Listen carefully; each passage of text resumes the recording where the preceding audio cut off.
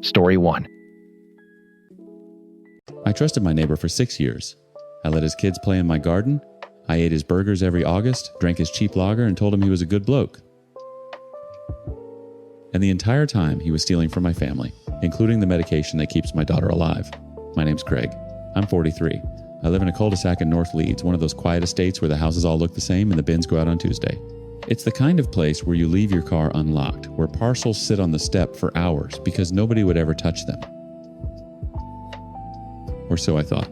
It started with something small. An Amazon parcel, a phone case for my wife, maybe 12 quid. Tracking said delivered, but it wasn't on the step when I got home. I shrugged it off. Happens, doesn't it? Driver marks it delivered early, drops it at the wrong house. I filed a claim, got a refund, forgot about it. Then it happened again. And again. Over the next few months, maybe 5 or 6 packages went missing. Some got refunded, some didn't. My wife started getting frustrated. I started blaming the delivery drivers. Royal Mail, Hermes, DPD, I was convinced they were all useless. But here's the thing that changed everything. My daughter Ellie is 11. She's type 1 diabetic. She's been on insulin since she was 4. We get her supplies delivered, insulin pens, test strips, glucose monitors, the lot. It comes through a pharmacy delivery service, usually every 2 weeks. One Thursday in March last year, the delivery didn't arrive. I called the pharmacy. They said it had been delivered at 2:15 in the afternoon and signed for... I asked them to send me the signature. They did. It wasn't mine. It wasn't my wife's. It was a scribble, barely legible, but it looked like someone had written, C. Hargreaves. That's my surname, except I was at work and my wife was picking Ellie up from school. Someone had walked up to my door, taken my daughter's insulin delivery, and signed for it using a version of my name. That's when I stopped blaming the postman. I didn't tell anyone what I was doing. Not my wife, not my mates, nobody. I went online, bought a small wireless camera, the kind that looks like a doorbell, and mounted it above the front door angled to cover the full driveway and the path from the street. I also bought a second one, a tiny little thing, and hid it in the hedge that runs between our property and next door. The hedge belongs to both of us, me and my neighbor Darren. Darren Whitworth. 41. Football coach for the under-12s at the local club. The kind of bloke everyone likes. Always out front, washing his car, always waving, always got time for a chat. His wife Paula runs a cake stall at the school fair. Their son plays with Ellie sometimes. We've been to their barbecues every summer since we moved in. I had absolutely zero reason to suspect him. The first week nothing happened. No deliveries went missing, nothing on camera. I almost took them down. Then on day 9, I ordered a pair of trainers. Tracking said out for delivery. I watched the live feed from my phone at work. At 1:47 in the afternoon, the DPD driver walked up, left the parcel by the door, and drove off. At 1:53, 6 minutes later, I watched Darren walk through the gap in the hedge, look both ways, pick up the parcel, and walk back through the hedge into his garden. Calm as anything, like he was picking up his own post. I felt my stomach drop. I didn't confront him. Not yet. I wanted more. Over the next 3 weeks, I ordered small items, cheap stuff, things I didn't need, books, cables, a kitchen timer. I staggered the deliveries across different days and times. Darren took 4 out of 7. Always the same routine. He'd wait a few minutes. After the driver left, check the street, come through the hedge, grab it, and disappear. He never rushed. He never looked nervous. He'd clearly been doing this for a very long time. Then I found the rest of it. I started checking online marketplaces, eBay, Facebook Marketplace, Vinted. I searched for items I knew had been delivered to my address and gone missing over the past 2 years. And there they were. A Bluetooth speaker I'd ordered for my wife's birthday, sold on eBay by a seller called DW Bargains. A set of resistance bands. A kid's science kit I'd bought for Ellie's Christmas stocking. All listed, all sold, all from the same account. The profile picture was a Leeds United badge, but the postage location was our postcode. It was Darren. He wasn't just taking my stuff on impulse. He was running an operation. He was taking deliveries, checking what was inside, keeping what was valuable, and reselling the rest. The forged signatures, the timing, the hedge, he'd mapped the whole thing out. I sat in my car outside the house for 20 minutes that night, engine off, just staring at his front window. His kids were watching telly. I could see the blue light flickering. Paula walked past the window carrying a mug. And I thought, do I call the police? Do I knock on his door? Do I burn the whole thing down? Because here's what kept eating at me. He took Ellie's insulin. He signed for it. He knew what it was. The box says it right on the label, temperature-sensitive medical supply. And he took it anyway. My daughter could have gone into a crisis. She nearly did that night because we had to scramble to get emergency supplies from the hospital pharmacy at 9 o'clock at night while Ellie cried because she was scared. And the whole time it was sitting in Darren's house, or in the bin, or sold to God knows who. I chose to confront him first. I don't know why. Maybe because part of me still couldn't believe it. Maybe because I wanted to see his face. I went over on a Saturday morning. Paula was out. His kids were at football practice, ironic since he was supposed to be coaching. I knocked. He opened the door in a tracksuit, coffee in hand, and smiled. "All right, Craig, what's up?" I held up my phone and pressed play. The footage. Him walking through the hedge. Him picking up the parcel. Him looking both ways like a man who knows exactly what he's doing.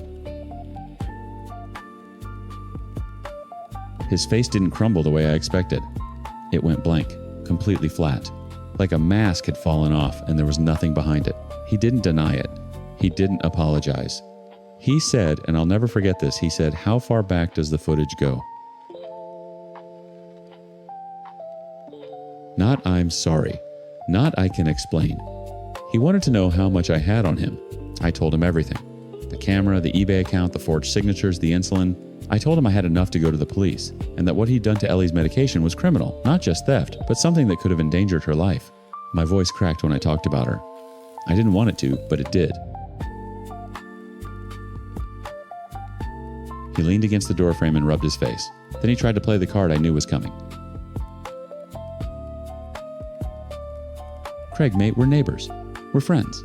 Let's sort this out between us. I'll pay you back. Every penny. Just don't involve the police. Think about my kids. Think about Paula." I looked at him and I said, "You didn't think about Ellie. I called the police that afternoon. They came, took my footage, took my statement, and arrested Darren the following Tuesday. The investigation turned up more than just my parcels. 3 other houses on the cul-de-sac had reported missing deliveries over the past 2 years. Nobody had ever connected them. Nobody had ever suspected Darren. He'd stolen from the Patels at number 4, from old Mrs. Grady at number 9, from the young couple who'd just moved in at number 12. The total value was estimated at over £4,000. He was charged with theft fraud by false representation, and because of the insulin, reckless endangerment, he pleaded guilty to the theft and fraud. The endangerment charge was dropped in a plea deal, which still makes me sick. The cul-de-sac changed after that. Not in the way you'd think. Some neighbors thanked me. Some avoided me. Mrs. Grady said she'd suspected something for months but didn't want to cause trouble. The Patels said they'd mentioned missing parcels to Darren himself, and he'd told them it was probably kids from the estate. Paula moved out within a month, took the kids to her mom's in Harrogate. The house went up for sale. The for sale sign stood there for weeks like a headstone, and the thing that still sits with me, the thing I turn over at 3 a.m. when I can't sleep, is how long it went on. 2 years. Maybe more.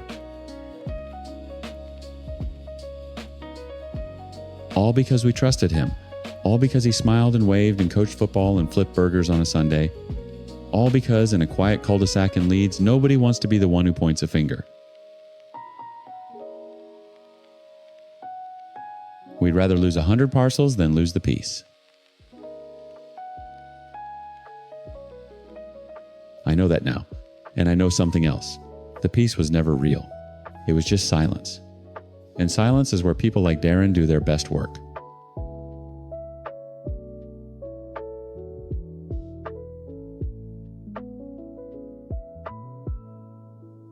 Story 2. I retired to Suffolk to live quietly, to tend my garden, walk my border collie, and finally stop counting the days until Friday. After 31 years as a hospital administrator in London, I thought I'd earned the right to a slow life. I was wrong.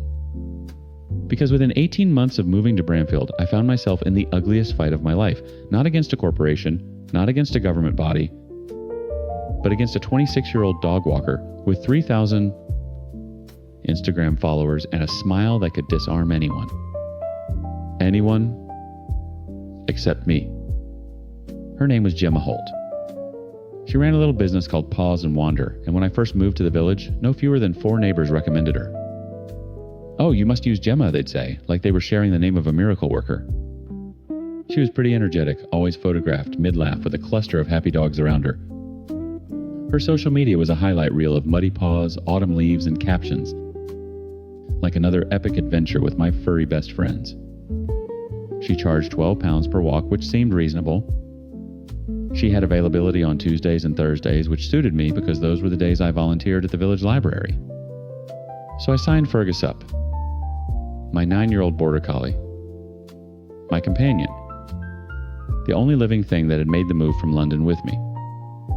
And I handed him over to her like it was nothing. For the first few weeks, everything seemed fine. Gemma would collect Fergus at 10:30, bring him back around noon, and he'd seem tired but content. She'd send me a photo each time, Fergus in a field, Fergus by the river, Fergus with his tongue out. I'd reply with a thank you and a smiley face. I had no reason to doubt her. But then things started to change. Slowly. So slowly, I almost didn't notice. Fergus began losing weight. Not dramatically at first, just a slight thinning around his ribs that I attributed to the colder weather and maybe a change in his metabolism. He was 9 after all. Dogs age. But then his energy dropped. He stopped greeting me at the door. He'd lie in his bed and just stare at the wall, and when I'd put his dinner down, he'd eat like he hadn't seen food in days. Frantic, gulping, almost panicked eating. I took him to the vet. Our local vet, Sarah Marsh, ran blood tests and did a full examination. She told me Fergus was underweight, mildly dehydrated, and showing signs of chronic stress. She asked me if anything had changed in his routine. I mentioned Gemma. Sarah's face did something subtle, a tightening around the eyes, a pause before she spoke. She said, "You're not the first person to mention her name in here this month." That sentence changed everything. Sarah couldn't tell me specifics about other clients' veterinary confidentiality, but she told me enough. She said she'd seen a pattern.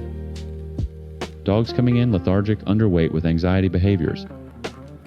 Dogs whose owners all used the same walker. She urged me to look into what was actually happening during those walks. So I did. I bought a small GPS tracker and clipped it to Fergus's collar. I also set up a camera inside my hallway to record the handoff when Gemma brought him home. And then I waited. The GPS data from the first tracked walk made my stomach turn.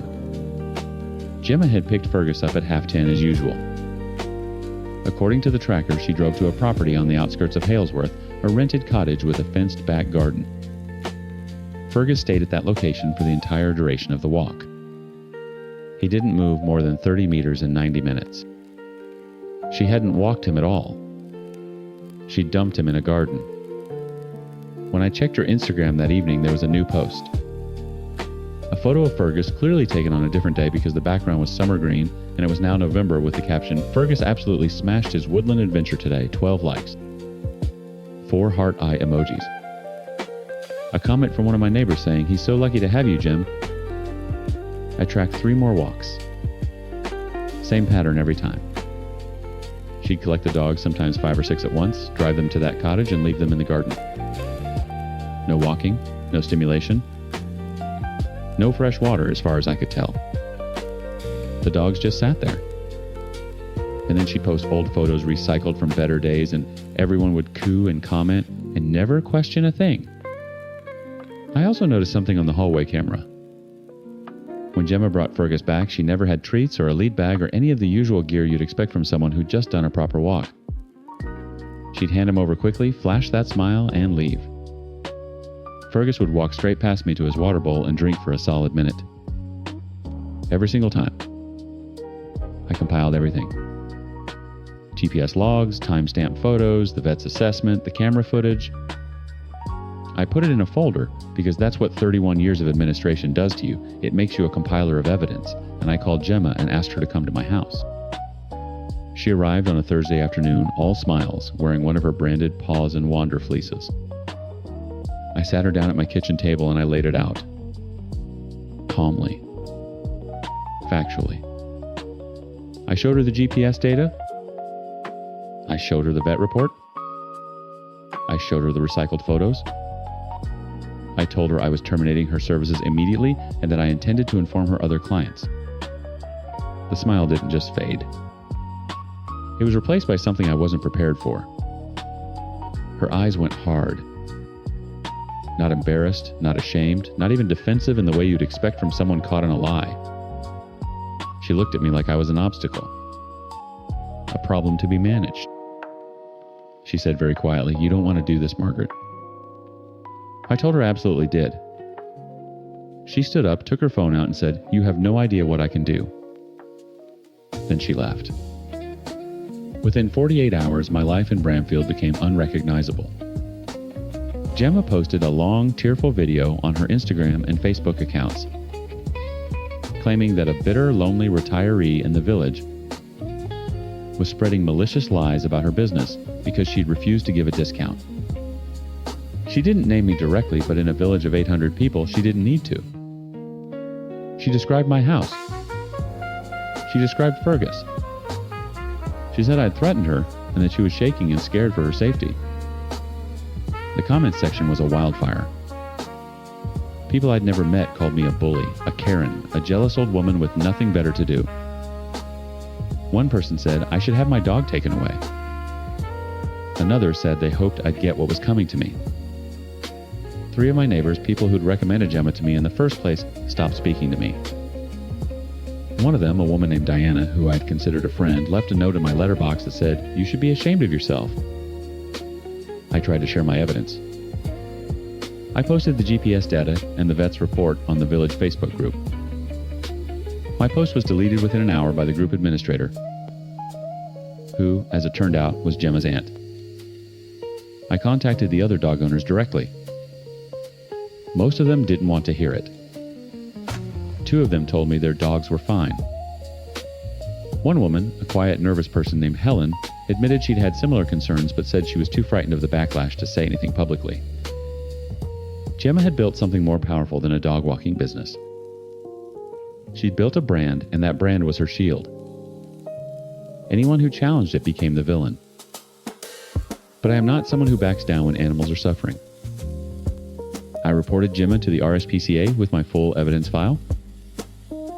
I reported her to the local trading standards office for fraudulent advertising. I contacted the Suffolk Gazette, and a young reporter named Chris agreed to investigate. I also found 4 other former clients, people who'd quietly stopped using Gemma months ago, who were willing to speak on the record once they knew they weren't alone. Helen was one of them. Her elderly spaniel had lost nearly 3 kilos under Gemma's care. The newspaper story ran in February. It was thorough, fair, and devastating. GPS evidence. Veterinary statements from Sarah Marsh and 2 other vets. Testimonials from 5 former clients. Before and after photos of the dogs. Gemma tried to fight back online, but the tide had turned. People could see the data. They could see the weight loss charts. They could see the timestamps proving the walks never happened. Her follower count dropped. Her Google reviews filled with 1-star ratings.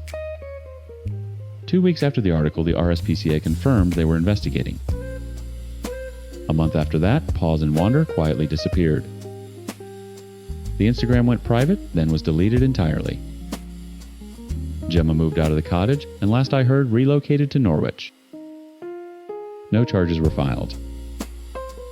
That still bothers me. She took money from dozens of people for a service she never provided, and she neglected animals who couldn't speak for themselves, and the system let her walk away. But Fergus is better now. He's put the weight back on. He greets me at the door again. He eats his dinner at a normal pace, without that awful desperation. I walk him myself now every single day, rain or shine. My knees ache and my hip complains, but I don't care. Diana eventually apologized. I accepted it, but something between us is broken and we both know it. The thing I keep coming back to is how easy it was. How easy it was for a charming person with a good camera and a warm smile to build a lie that an entire village believed. How quickly people turned on evidence because it contradicted someone they liked. I'm 73 years old, I've seen a lot. But I'd never seen anything quite as cold as a young woman posting a smiling photo of my starving dog and captioning it with a heart emoji. Fergus deserved better. They all did. And if being the village villain was the price of making sure he got it, then I'd pay it again tomorrow.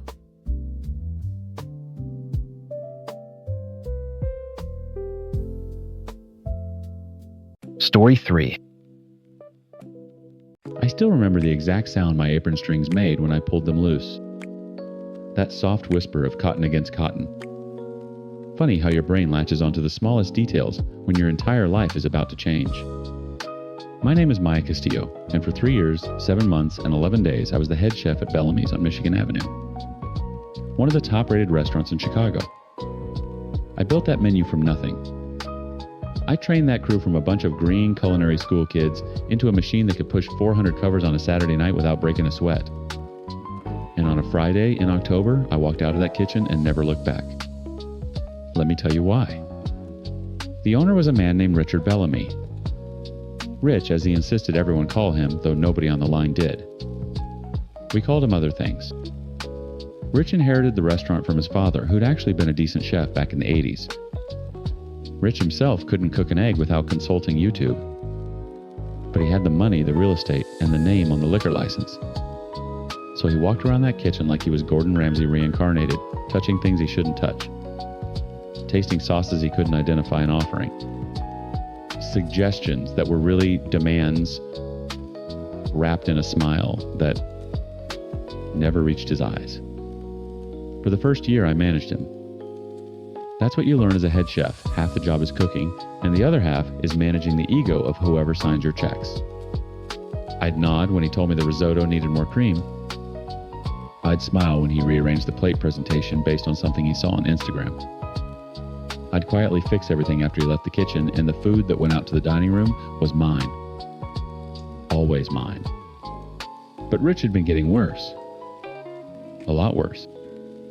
He'd started showing up during service, not just before or after. He'd stand behind the pass and contradict my calls. He'd pull dishes off the line and send them back for reasons he couldn't articulate beyond "it doesn't feel right." My sous chef Danny told me once that working under Rich felt like being a surgeon, while some guy who watched a few episodes of Grey's Anatomy kept grabbing the scalpel. The week before everything fell apart, Rich called me into his office. He wanted to change the lamb dish, our signature lamb dish, the one that had been written up in the Tribune, the one people literally reserved 2 weeks out to order. He wanted to swap the braising liquid from red wine to some high-end sake, because he'd been to a fusion place in LA and thought it was the future. I told him it wouldn't work with the flavor profile. I told him the rosemary and the sake would fight each other. I told him the dish was perfect the way it was. He told me to do it, or he'd find someone who would. So I did it. Against every instinct in my body, I reformulated the dish. I spent 3 days trying to make sake work with a Mediterranean lamb preparation, and honestly, I got it to a place that was acceptable. Not great. Not the dish that made us famous, but acceptable. That Friday, Rich had invited every food critic and influencer he could get his hands on. 12 of them seated at a long table right in the center of the dining room. He called it a showcase dinner. What it really was Rich trying to prove that Bellamy's was his vision, his genius, his restaurant. He'd been reading his own press clippings, press that quoted me by name, and it was eating him alive that people associated the food with me instead of him. Service started at 6. By 6:30, we were already in the weeds. The regular Friday crowd was packed in, plus the critic table ordering the full tasting menu, plus a private party of 20 in the back room that Rich had booked without telling me. My line was stretched thin. Danny was running grill and sauté simultaneously. My pastry chef Elena was plating desserts while prepping appetizers, everyone was working double. And then the lamb started going out. Table 7 sent it back. Then table 12.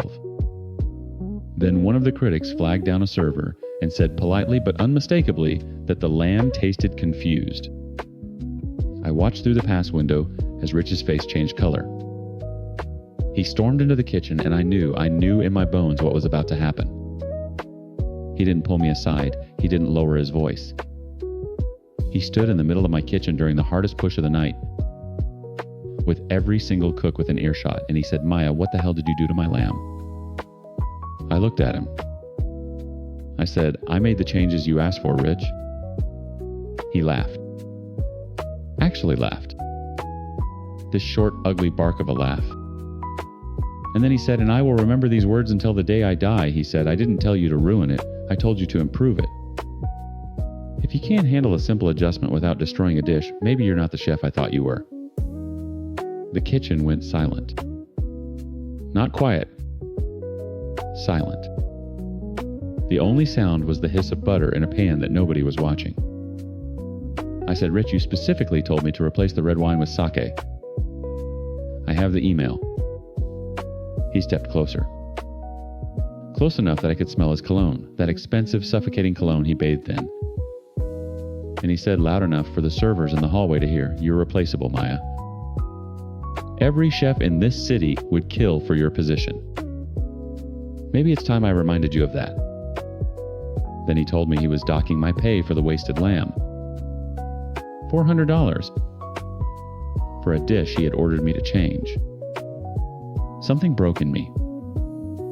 Not dramatically, not like in the movies where someone screams or throws a pan. It was quieter than that. It was like a wire that had been holding everything together just snapped. Silently. Completely. I looked at Danny. He was standing at the grill, his jaw tight, his eyes locked on mine. I looked at Elena, who had tears running down her face, not from sadness, from rage. I looked at my line cooks, Miguel and Terry and James, who had followed me from my last restaurant because they believed in me. Every single one of them was watching. Waiting. I reached behind my back. I pulled the strings of my apron. That soft whisper of cotton. I folded it once, set it on the pass, and I said, "Then replace me." Rich blinked. For the first time in 3 years, the man had nothing to say. I walked toward the back door. And behind me, I heard the most beautiful sound I've ever heard in a professional kitchen. One by one, aprons hitting stainless steel. Danny's first. Then Elena's. Then Miguel, Terry, James. The dishwasher, Carlos, who Rich had threatened to fire just last week for taking a bathroom break during service. Even Sarah, the new extern who had only been with us for 2 months. Every single person in that kitchen untied their apron and walked out behind me. We pushed through the back door into the alley, and the cold October air hit my face and I started shaking. Not from the cold. From the adrenaline. From the terror of what I'd just done. From the freedom of it. Danny put his hand on my shoulder and said, "That was 3 years overdue." Elena was already on her phone. "My cousin's got a space in Pilsen," she said. "Commercial kitchen, month-to-month lease." I didn't answer. I just stood there in that alley listening. Because if you were quiet enough, you could hear it through the walls. The sound of 200 tickets printing with nobody to cook them. The sound of servers pushing through the kitchen doors and finding nothing but empty stations and cooling burners. The sound of a man who called me replaceable, discovering in real time in front of every food critic in Chicago that he couldn't replace a single one of us. Rich tried to cook. I heard about it later from one of the servers who stayed. He actually put on an apron and tried to work the line himself. He burned the first 3 orders. He sent out raw chicken to table 9. A critic from the Sun-Times live tweeted the entire meltdown. By 9 o'clock, Rich was standing in an empty kitchen. The dining room half cleared his showcase dinner in ruins, and the hashtag Bellamy's burnout was trending in Chicago. The restaurant closed permanently 6 weeks later. As for me, Elena's cousin's space in Pilsen turned out to be perfect. We opened 4 months later. Small place, 30 seats, open kitchen. I named it Apron. Danny runs the line. Elena does pastry. Miguel, Terry, James, Carlos, every single person who walked out with me that night has a station and an equity stake. The Tribune reviewed us 3 months in. 4 stars. The critic wrote Chef Castillo's lamb, braised in red wine as God intended, is worth the trip alone. Rich never called, never apologized. Last I heard, he was trying to open a fast casual concept in the suburbs. I think about that night sometimes. Standing in that alley, shaking, terrified, with nothing but my crew and the cold air and the faint sound of a man's empire collapsing under the weight of his own ego. He told me I was replaceable. Turns out the only thing that was replaceable was him. Story 4. I changed the locks on my own house once. When I was 26, bought the place, first thing I did was swap out every lock because the previous owner was going through a messy divorce and I didn't trust that his ex wouldn't show up with a key. 14 years later, my sister did the same thing to me. Except she wasn't protecting the house from strangers. She was locking me out of it. Let me back up. My name's Greg. I'm 40 years old. I'm an electrician in Denver, and I've owned my house in Lakewood since 2010. 3 bedrooms, finished basement, small yard. Nothing fancy, but it's mine. Every wire in that place I've touched with my own hands. I know that house better than I know most people. My sister Dana is 3 years younger than me. She married a guy named Scott when she was 24. 2 kids, Mia, who's 9, and Jaden, who's 7. Scott wasn't a bad guy, but he wasn't a great one either. Drank too much, couldn't hold a job for more than 18 months. When Dana called me last October crying, saying they were done, saying she'd filed, I wasn't surprised. I was relieved for her, honestly. She asked if she could stay with me. Just for a few weeks. Just until she figured things out. She said the apartment she'd been looking at fell through and she didn't want the kids sleeping on someone's couch. I said yes. Of course I said yes. She's my sister. The first week was fine. Dana kept the basement tidy, the kids were polite, she cooked dinner twice.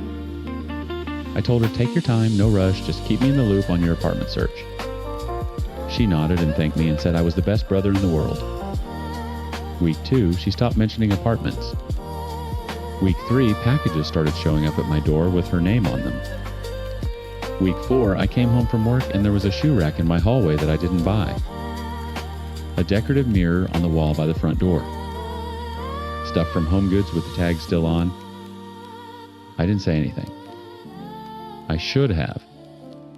But you don't want to be the guy who makes his divorced sister with 2 kids feel unwelcome. So I swallowed it. Then came the job in Fort Collins. It was a commercial rewire, a restaurant renovation, 4 days on site.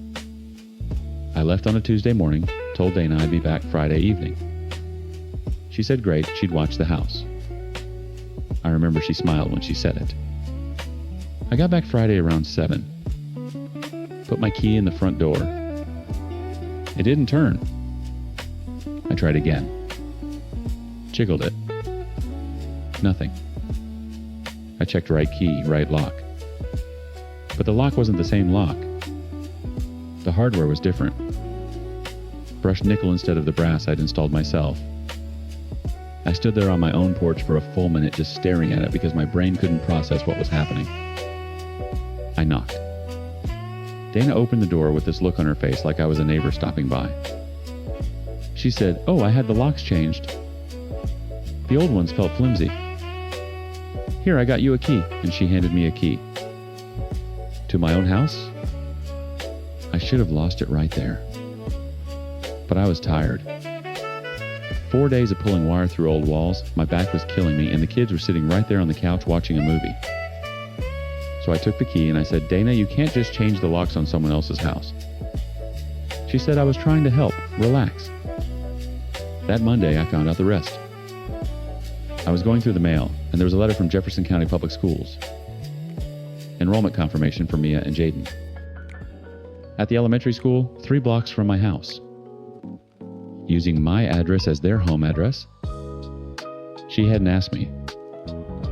Hadn't mentioned it. Just did it.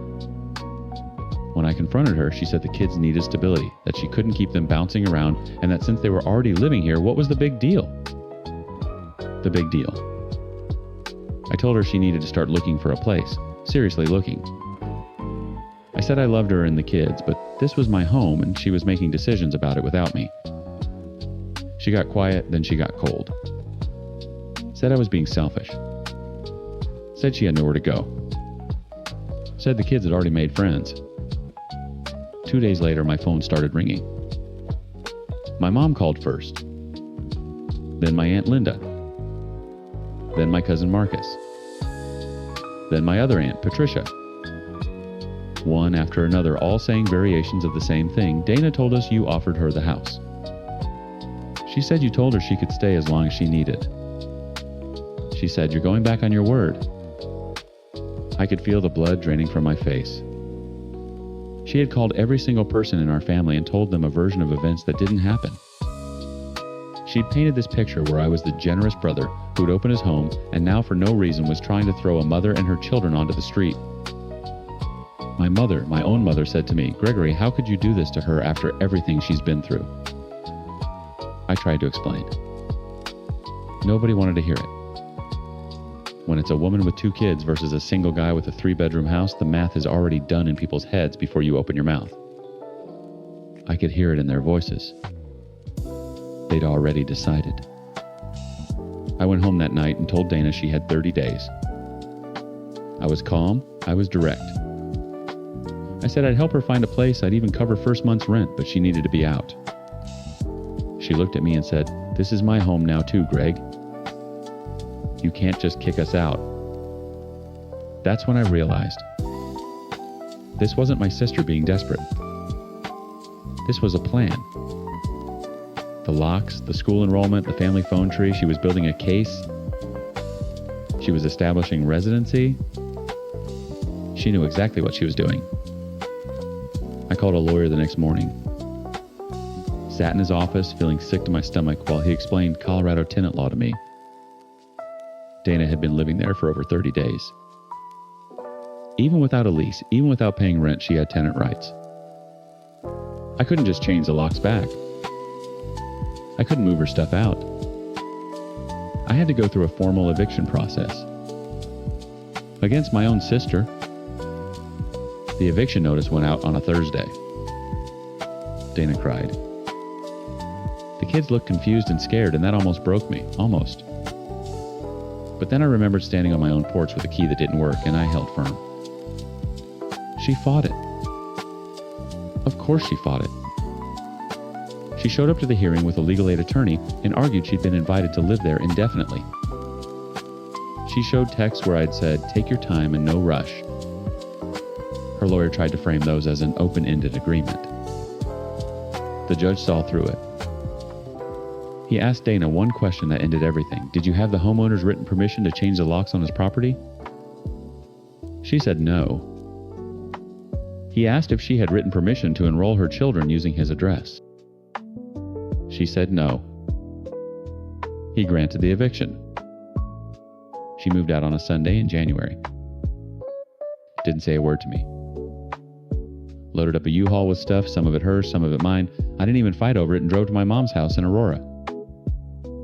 My mom still isn't speaking to me. Neither is my Aunt Linda. My cousin Marcus sent me a text that just said, "Cold-blooded and nothing else." At Christmas, I wasn't invited to the family dinner. First time in 40 years. Dana got an apartment in February. 2 bedrooms, subsidized housing. The kids are fine. She's fine. She landed on her feet, which is what she would have done months earlier if she hadn't been so busy trying to land on mine. I changed the locks again after she left. Went back to brass. installed a deadbolt and a camera system too. Some nights I sit in that basement where she stayed and I think about calling my mom, about explaining one more time. But I've learned something about family. They don't want the truth. They want the version that lets them sleep at night. And the version where the single guy gives up his house for the struggling mom, that's the one that lets everybody sleep. Everybody except me.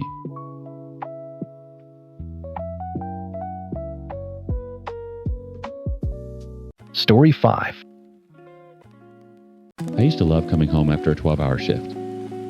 Kicking off my shoes, pouring a glass of cheap wine, running a bath so hot it turned my skin pink. My apartment on the second floor of a graystone in Logan Square was the first place that ever felt like mine. 800 square feet of freedom. I want you to remember that feeling, that sense of safety, because I need you to understand what it means when someone takes it from you. My name is Dana. I'm 27. I'm a trauma nurse at Stroger Hospital, which means I spend my nights elbow deep in the worst things people do to each other. I thought I understood violence. I thought I understood predators. I didn't know one was living directly above me. The first sign was small. So small, I almost feel stupid talking about it. I came home one Tuesday in November and my bathroom towel was on the wrong hook. Left hook instead of right. I'm particular about things you have to be when you work in a hospital, but I told myself I was tired. I told myself I probably moved it and forgot. Then it was the window. I always lock the window above the fire escape before I leave. Always. But I came home and it was unlocked. Not open, just unlocked. Like someone wanted a way back in. I mentioned it to my landlord, Gerald Voss. 62 years old, retired electrician, lived on the third floor. He'd been perfectly pleasant when I signed the lease. Helped me carry boxes up the stairs. Told me to call him Jerry. When I told him about the window, he frowned and said the building was old, that latches sometimes slipped. He said he'd look into it. A week later, I came home and smelled cologne. Not mine. Not any product I own. A sharp woody scent hanging in the bathroom air like someone had just been standing there. I changed the locks that night. Deadbolt chain, the works. I paid a locksmith $160 I didn't really have, and I slept better for exactly 4 days. Then I came home from a double shift and found a new scratch around the deadbolt. Fresh brass shavings on the floor, so small you'd miss them if you weren't looking. But I was looking now. I changed the locks again. Different brand, higher security. I also bought a cheap indoor camera, one of those little white ones you stick on a shelf, and pointed it at the front door. The next day I checked the footage from work on my lunch break. At 11:47 a.m., my front door opened. Gerald Voss walked in carrying a small toolkit. He moved through my apartment like he owned it, which technically he did, but there was nothing to fix. No maintenance request. No emergency. He walked to the bathroom, stayed in there for 6 minutes, then left. He locked the door behind him with what I can only assume was a master key he'd had cut. I felt sick. Physically sick. I went to the bathroom at the hospital and threw up my coffee. But I didn't call the police. Not yet. Because I knew what they'd say. Landlord entered the unit without notice. It's a lease violation, not a crime. File a complaint with the city. I'd seen enough people dismissed by the system to know that creepy doesn't move the needle. I needed more. So I went home that night and I searched. I searched every inch of that apartment like I was prepping a trauma bay, methodical, thorough, missing nothing. I checked the outlets, the vents, the light fixtures. I checked behind the mirror. I checked the carbon monoxide detector in the hallway. Then I climbed onto the edge of my bathtub and looked at the smoke detector directly above it. It was hardwired into the ceiling, which made sense for an old building. But when I unscrewed the cover and pulled it down, my hands started shaking. There was a pinhole camera nestled inside. Tiny. Professional grade. Wired directly into the building's electrical, so it never needed batteries. A thin Ethernet cable ran from it up through a drilled hole in the ceiling up into the third floor. Into Gerald's apartment. I stood there on the edge of my bathtub holding this thing and the room tilted. Every bath I'd taken, every time I'd stepped out of the shower, every night I'd stood in front of that mirror. He'd seen all of it. I wanted to rip it out. Every cell in my body screamed at me to tear it from the ceiling and smash it on the floor. But I didn't. Because that camera was evidence, and evidence was the only thing that was going to put him away. I put the cover back on. I climbed down. And then I sat on my bathroom floor and cried so hard. I couldn't breathe. When I was done, I washed my face and I got to work. I called my friend Marcus, who works in IT at Northwestern. I told him everything. He came over that night with a laptop and a network scanner. We traced the Ethernet cable signal. It was streaming to a local server, not cloud-based local, and Marcus was able to identify the device's MAC address and the IP it was routing to. The server was registered to the residential address directly above mine.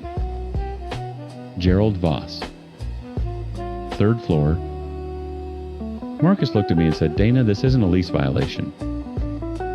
This is a felony." Illinois is a 2-party consent state for recording.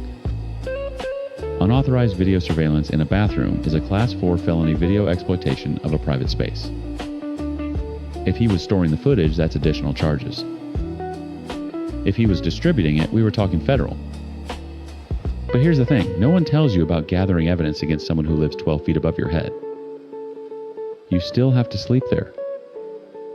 You still have to hear his footsteps on the ceiling. You still have to walk past his door on the stairs and smile and say good morning, because if he suspects anything, if he thinks for 1 second that you know, he will destroy that server and every file on it, and it becomes your word against his. So I performed. For 9 days, I performed. I kept my routine exactly the same. I showered at the hospital when I could, but I still had to use the bathroom at home. I hung a towel over the smoke detector like it had fallen from the hook, casual enough to seem accidental. I smiled at Gerald in the hallway. I asked him about the Bears game. And every night I lay in bed knowing he was up there, probably watching a feed of my empty bathroom, waiting for the towel to come down. Meanwhile, Marcus and I documented everything. We had the footage from my shelf camera showing Gerald entering without permission 3 separate occasions. We had photographs of the pinhole camera in situ. We had the network trace linking the camera's feed to his address. I kept a written log with dates, times, and descriptions of every anomaly I had noticed going back to September. On day 9, I walked into the Chicago Police Department's 14th District Station and asked to speak with a detective. I brought a folder 2 inches thick. The detective's name was Rojas. She was maybe 40 and she didn't blink when I laid it all out. She looked at the network trace, looked at the photographs, and said, "We're going to need a warrant for his unit and I want to move fast." She asked me one question I'll never forget. She said, "How long do you think this has been going on?" I told her I'd lived there 14 months. She closed her eyes for just a second. Then she picked up the phone. They executed the warrant 2 days later. I wasn't there. Rojas made me stay at Marcus's place. She called me at 4 p.m. They found the server. They found 14 months of footage. They found footage of the previous tenant too, a woman named Kiko, who'd lived there for 2 years before me. Gerald had built a library. Organized by date. Hundreds of hours. He was arrested in his living room still wearing his slippers. He told the officers it was his building and he had a right to monitor his property. He said it with a straight face. Gerald Voss was charged with 2 counts of unauthorized video recording, 1 count of video exploitation, and 1 count of unlawful surveillance. The state's attorney added a charge of criminal trespass after reviewing my shelf camera footage. He posted bail. His attorney tried to argue the cameras were part of a security system. The judge wasn't buying it. I broke my lease that week. I didn't ask for my deposit back. I moved into a studio in Pilsen that cost more than I can comfortably afford, and the first thing I did was check every smoke detector, every vent, every outlet. I still do that every single day. Keiko and I are both cooperating with the prosecution. We've never met in person, but we've talked on the phone twice. The second time she cried and told me she'd always felt something was wrong in that apartment, but convinced herself she was being paranoid. That's the thing about this kind of violation. It makes you doubt your own instincts. It makes you feel crazy for trusting the feeling in your gut. And then when you find out you were right, you don't feel vindicated. You feel sick. Because your gut was screaming the whole time and you kept telling it to shut up. Gerald Voss is awaiting trial. He still owns the building. And somewhere in that gray stone in Logan Square, there might be wires in the walls I never found. I try not to think about that. But I do. Every night I do. Story 6. I stole my granddaughter's pacifier at a family barbecue, mailed it to a DNA testing lab, and blew up 3 generations of my family in 11 days. And the worst part, the part that keeps me awake at 3 a.m. staring at the ceiling fan, is that the bomb I built landed right back in my own living room. My name is Diane. I'm 61 years old. I live in Marietta, Georgia, in a 4-bedroom colonial. I've kept immaculate for 30 years. I raised 2 sons, managed every holiday, every school function, every doctor's appointment. I was the backbone. I was the one who held it all together. That's what I told myself anyway. Let me tell you how I destroyed everything. My oldest son, Marcus, married Keisha 4 years ago. I never liked her. I'll just say it. I thought she was too independent, too secretive, too quick to shut me out of decisions about my own grandbaby. When Amara was born, Keisha limited my visits. Said I was overwhelming. Said I needed to respect boundaries. Boundaries. That word makes my jaw tight even now. I spent 30 years running this family. I don't do boundaries. But here's the thing I couldn't let go of. Amara didn't look like Marcus. Not to me. She had lighter skin, different features, and I know no times people will say, babies change, genetics are complicated, all of that. But something in my gut wouldn't quit. And when your gut talks, you either listen or you spend the rest of your life wondering. So at the 4th of July barbecue, while Keisha was in the bathroom and Marcus was flipping burgers, I picked up Amara's pacifier off the picnic blanket, slipped it into a Ziploc bag in my purse, and smiled at my husband Gerald like nothing happened. That Monday, I ordered a home paternity kit. I swabbed Marcus's coffee cup when he came by to drop off my prescription. He didn't even notice, and I mailed both samples to the lab with expedited shipping. $97.14 to detonate my family. The results came back 9 days later. I opened the envelope standing at my kitchen counter with the morning news on in the background.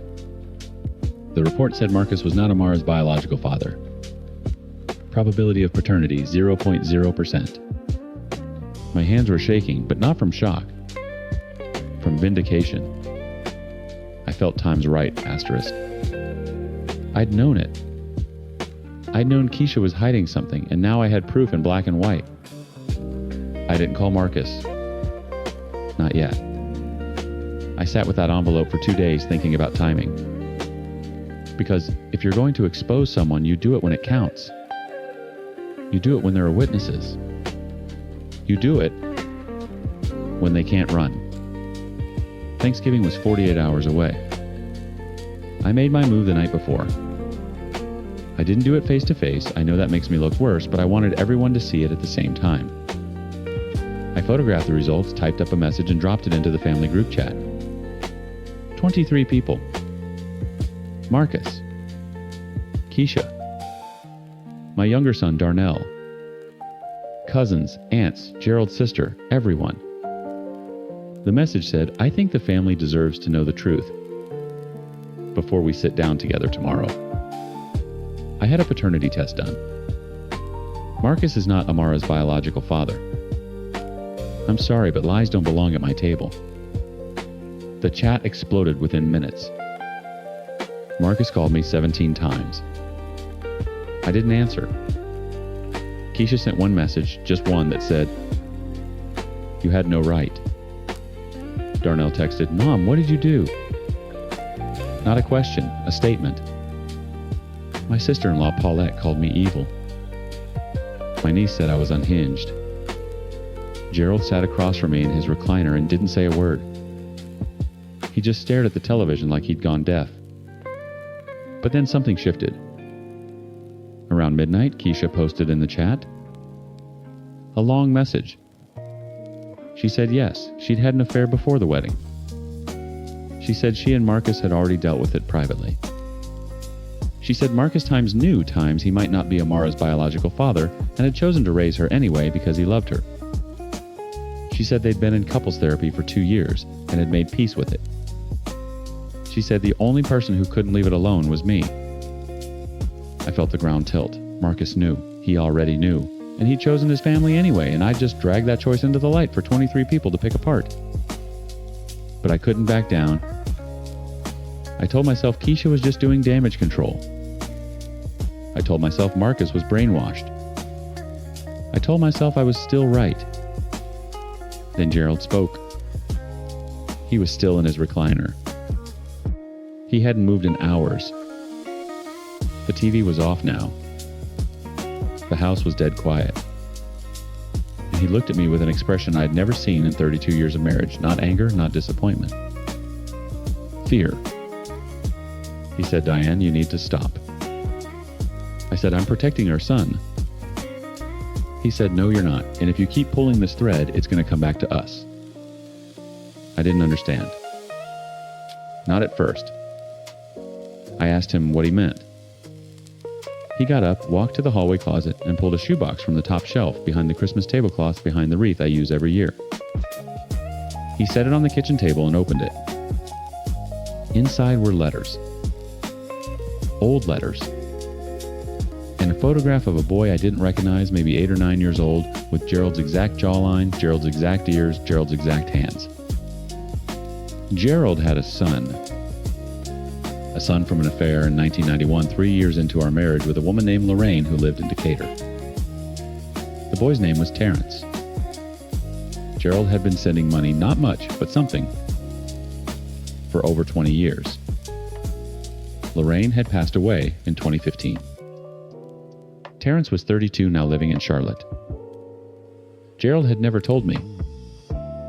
Never told Marcus or Darnell. Never told anyone. He said, "I kept this secret to protect this family." The same way Marcus was trying to protect his. And you just made that impossible for him. I sat down at the kitchen table and I couldn't breathe. 30 years. 30 years of me managing every detail, controlling every narrative, deciding who was trustworthy and who wasn't, and the biggest lie in the family was sitting in my own hallway closet behind a Christmas wreath. I didn't sleep that night. I sat in the kitchen until the sun came up reading those letters. They were mundane mostly. School updates. A dental bill. A note about Terrence's first job. Normal life happening in parallel to mine, funded by my husband, invisible to me. I thought I knew everything. I thought that was my job. I thought control was the same thing as love. Thanksgiving morning, no one came. Marcus texted the group chat at 8 a.m. and said he and Keisha would not be attending. Darnell said he was taking his girlfriend to her family's dinner instead. Paulette didn't respond at all. My 23-person group chat went silent for the first time in years. Gerald made himself a plate of leftovers from the fridge and ate alone in the living room. I sat at the dining table I'd set for 12, the good china, the cloth napkins, the centerpiece I'd spent $40 on, and I ate nothing. 2 weeks later, Marcus called.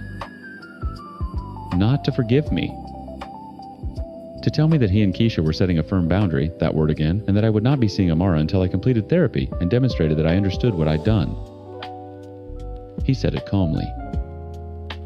He said it like he'd rehearsed it. He probably had. I asked about Gerald's secret. whether he'd told Marcus about Terrence. He said Gerald had called him the morning after and told him everything. Marcus said at least Dad had the decency to be ashamed. Gerald and I are still in the same house.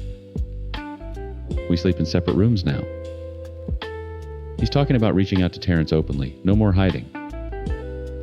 I don't know if our marriage survives that. I don't know if it should.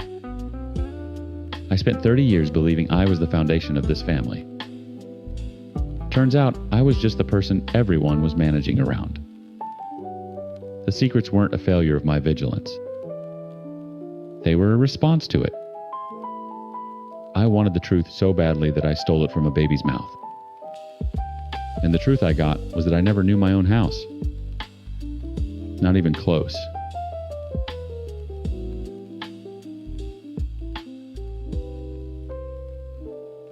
Story 7.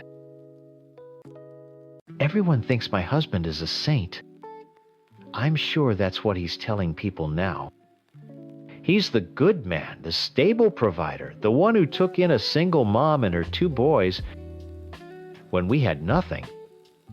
And I was grateful, I really was. But living on gratitude alone is like trying to stay warm by a picture of a fire. It looks nice, but you're still freezing. When I married him, I didn't just move into a house. I moved into a life that was already perfectly preserved under glass. His first wife, the mother of his 2 daughters, was everywhere. Her pictures were on the mantel, her books were on the shelves, her favorite coffee mug was still in the cupboard. I felt like a ghost haunting someone else's home. His daughters, who were almost adults, were perfectly nice to me. They called me by my first name and treated me like a cool older sister they had to hang out with on holidays. They never once called me a stepmom. I was an addition, a new piece of furniture he'd brought in, but I never felt like family. I was just there. He's a kind man, I won't deny that. But his kindness feels like a form of control. It's quiet. It's steady, and it never ever gets loud. He wanted to adopt my sons. He presented it like this amazing gift, this final step in making us a real family. But all I could hear was him trying to erase their past. Erase their father. Erase the part of me that existed before I met him. My boys have a father. He wasn't perfect. Far from it, but he's a part of them. My husband wanting to stamp his own name over, that felt less like love and more like a hostile takeover. The worst part was how he handled my own father. My dad can be a lot. He's old school loud, and he never thought my husband was man enough for me. He'd make little comments at dinner, digs about my husband's job, or his quiet nature. And my husband would just sit there and take it. He'd smile that calm, polite smile and change the subject. He called it being non-confrontational. I called it leaving me to fight my own battles.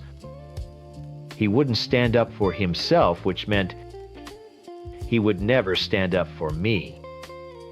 I was the one stuck in the middle, defending my husband to my father, and then trying to explain my father to my husband. I felt completely alone, trapped in this beautiful, sterile house that was really a shrine to another woman. I was suffocating. Then in February, my ex came back. He just showed up. The world sees him as a deadbeat who disappeared, and maybe he was. But to me, he was the guy I fell in love with at 19, the other half of my kids. He wasn't safe or predictable. He was a hurricane, and after years of living in a climate-controlled box, I can't tell you how good it felt to feel the wind and the rain again. He didn't just come back with apologies. He came back with a mission. One afternoon, he met me at a coffee shop and slid a thick envelope across the table. Inside was $15, 0 inches cash. It was probably every penny he had in the world. It was a stupid, reckless, dramatic gesture, and it was the most romantic thing anyone had done for me in years. My husband manages our finances on a spreadsheet, planning for a retirement I couldn't even imagine. My ex showed up with a bag of cash because he felt guilty and wanted to fix something he broke. That messy, chaotic, desperate love was something my new perfect life had completely scrubbed clean. It wasn't a plan. The affair wasn't something I thought about and decided to do. It was more like a slow collapse. We started talking on the phone about the boys, about old times. We talked about who we used to be. With him, I wasn't my husband's second wife, or a guest in a stranger's home. I was just me. The me I was before all this. The conversations turned into him stopping by, just for a coffee, just to talk. Then a hand on my arm. A look that lasted too long. I knew it was wrong, but it felt more real than anything else in my life. That Monday morning, my husband was at work and the kids were at school. The house was quiet. My ex came over. For the first time, standing in that big, silent living room, it didn't feel like I was trespassing. It felt like my space. He looked at me, and I didn't see a replacement or a project to be fixed. He just saw me. He stepped forward and kissed me, and it was like a dam breaking inside me. All the loneliness, all the frustration, all the feeling of being invisible just washed away. It was a stupid, terrible mistake, but it was my mistake. We ended up on the couch and I felt more alive and more myself than I had in years. It wasn't about betraying my husband. It was about finding a piece of me I thought I had lost forever.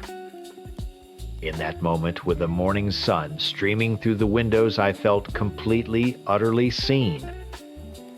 We were still on the couch, tangled up in clothes and shame, and a strange kind of relief when I heard the sound. It wasn't the garage door opening or a car in the driveway. It was just the soft click of the front door. I never heard him come in. My ex scrambled to pull his shirt back on, but I just froze. My husband doesn't yell. He doesn't throw things. He just stood in the doorway of the living room holding his briefcase, his face as calm and empty as a frozen lake. He looked at my ex, not with anger, but with a kind of mild disinterest, like he was a bug on the wall. "You should leave," he said. His voice was perfectly level. My ex looked at me, his face pale, but he just grabbed his jacket and walked out without another word. My husband didn't even watch him go. His eyes were fixed on me. "Get dressed," he said, and went into the kitchen. There was no screaming match. There was no crying or begging. I thought maybe he was in shock. I followed him into the kitchen, my hands shaking as I buttoned my shirt, trying to string words together. An apology, an explanation, anything. But he was already one step ahead. He was always one step ahead. He turned from the counter, holding his phone. "I was suspicious," he said, as if he were discussing a dip in the stock market. "Your phone calls, your moods. So I took precautions." He tapped the screen and set the phone on the kitchen island angled toward me. And I saw it. I saw our living room filmed from a weird angle up by the ceiling. I saw my ex walk in. I saw us talk. I saw him kiss me. I saw everything that had happened on the couch, all of it playing out in grainy, silent video. A tiny camera hidden on top of the entertainment center. He had been watching me. The feeling of being a ghost in his house was wrong. I wasn't a ghost. I was a specimen under a microscope. I felt sick. It wasn't just the shame of being caught. It was the horror of being spied on. He wasn't a hurt husband. He was an intelligence officer who had just confirmed his target was a traitor. Our prenup is very clear about infidelity, he said, putting the phone back in his pocket. You get nothing. I just stared at him, my mind reeling. The betrayal of the affair felt small compared to the cold, calculated betrayal of that camera. He hadn't been loving me. He'd been monitoring me. Then he delivered the final killing blow. I thought your father should know what kind of situation this is, he said calmly, so he doesn't get any wrong ideas about who is at fault. I sent him a copy. The air left my lungs. I think I actually stumbled back against the counter. He didn't just tell my father. He sent him the video asterisk. The one person on this earth who I thought would always be in my corner, my loud, protective, difficult dad. My husband had taken my lowest moment, the worst thing I had ever done, and mailed it to him like a piece of evidence. He knew my dad was my weakness and my strength, and he used my shame to break him, to finally win the silent war he'd been fighting with him. He didn't just want to divorce me. He wanted to leave me utterly, completely alone. The meeting a few days later wasn't a conversation. It was a sentencing hearing. We sat at the big dining room table he'd shared with his first wife. My husband sat at one end looking like a judge. I sat on one side. And my father sat next to me, looking older and smaller than I had ever seen him. He wouldn't even look at me. My husband placed a small digital recorder on the table and pressed the red button. For the record, he began. He laid out the terms of my surrender. The prenup would be enforced. I would leave the house. He was filing for divorce immediately. Then came the part about my boys. He said with that same calm, reasonable voice that he wanted to do what was best for them. He would not contest me, having primary custody, of course. In fact, he would continue to pay for their private school and all their expenses as long as I agreed to the terms. He was positioning himself as the hero, the benevolent man stepping up to care for the children of the woman who destroyed their family. My father just sat there, broken. The loud, boisterous man who criticized my husband for being weak was completely silent. He had seen the video. He had been defeated. My husband didn't just win against me. He won against him too. I was a pawn they had both been playing with, and I had just been swept off the board. I left that house with 2 suitcases and my sons. I'm staying with a friend for now. Everyone will hear his side of the story. They'll see the stable, kind man whose wife cheated on him in his own home. They'll see the saint who is still taking care of her kids. They won't see the tiny camera on the TV stand. They won't see the man who watched his wife like a prisoner, waiting for her to break. They won't see the coldness in his eyes when he used my shame like a weapon. He wasn't a victim in this. He was my keeper. And this whole thing, the affair, the discovery, the divorce, it wasn't a tragedy for him. It was just his way of making sure that even after I was finally out of his house, he still had me locked in a cage. Story 8. I know what he's telling everyone. I'm the monster. I'm the fiancé who cheated on the sweet, depressed guy who only ever wanted to love me. It's a simple story, and it makes me the perfect villain. But the truth is, our story was never simple. It was a mess from the very beginning. When I met him, it felt like finding the other half of a shipwreck. I was running from a man who had controlled my every word, my every friendship, my every dollar for years. I was a ghost. My ex had hollowed me out, and I was just trying to remember what it felt like to be a real person. He, my fiancé, was reeling from his own kind of loss, a deep sadness that clung to him like a wet coat. We didn't fall in love. We found each other in the dark and held on because we were both terrified of being alone. We were clinging to each other for warmth, two broken people trying to make a whole. Early on, he suggested we be polyamorous. He said it was for me, so I could experiment and find myself after everything I'd been through. I see now that it was really for both of us. It was our way of admitting that we were too damaged for a real all-in commitment. It was a safety net.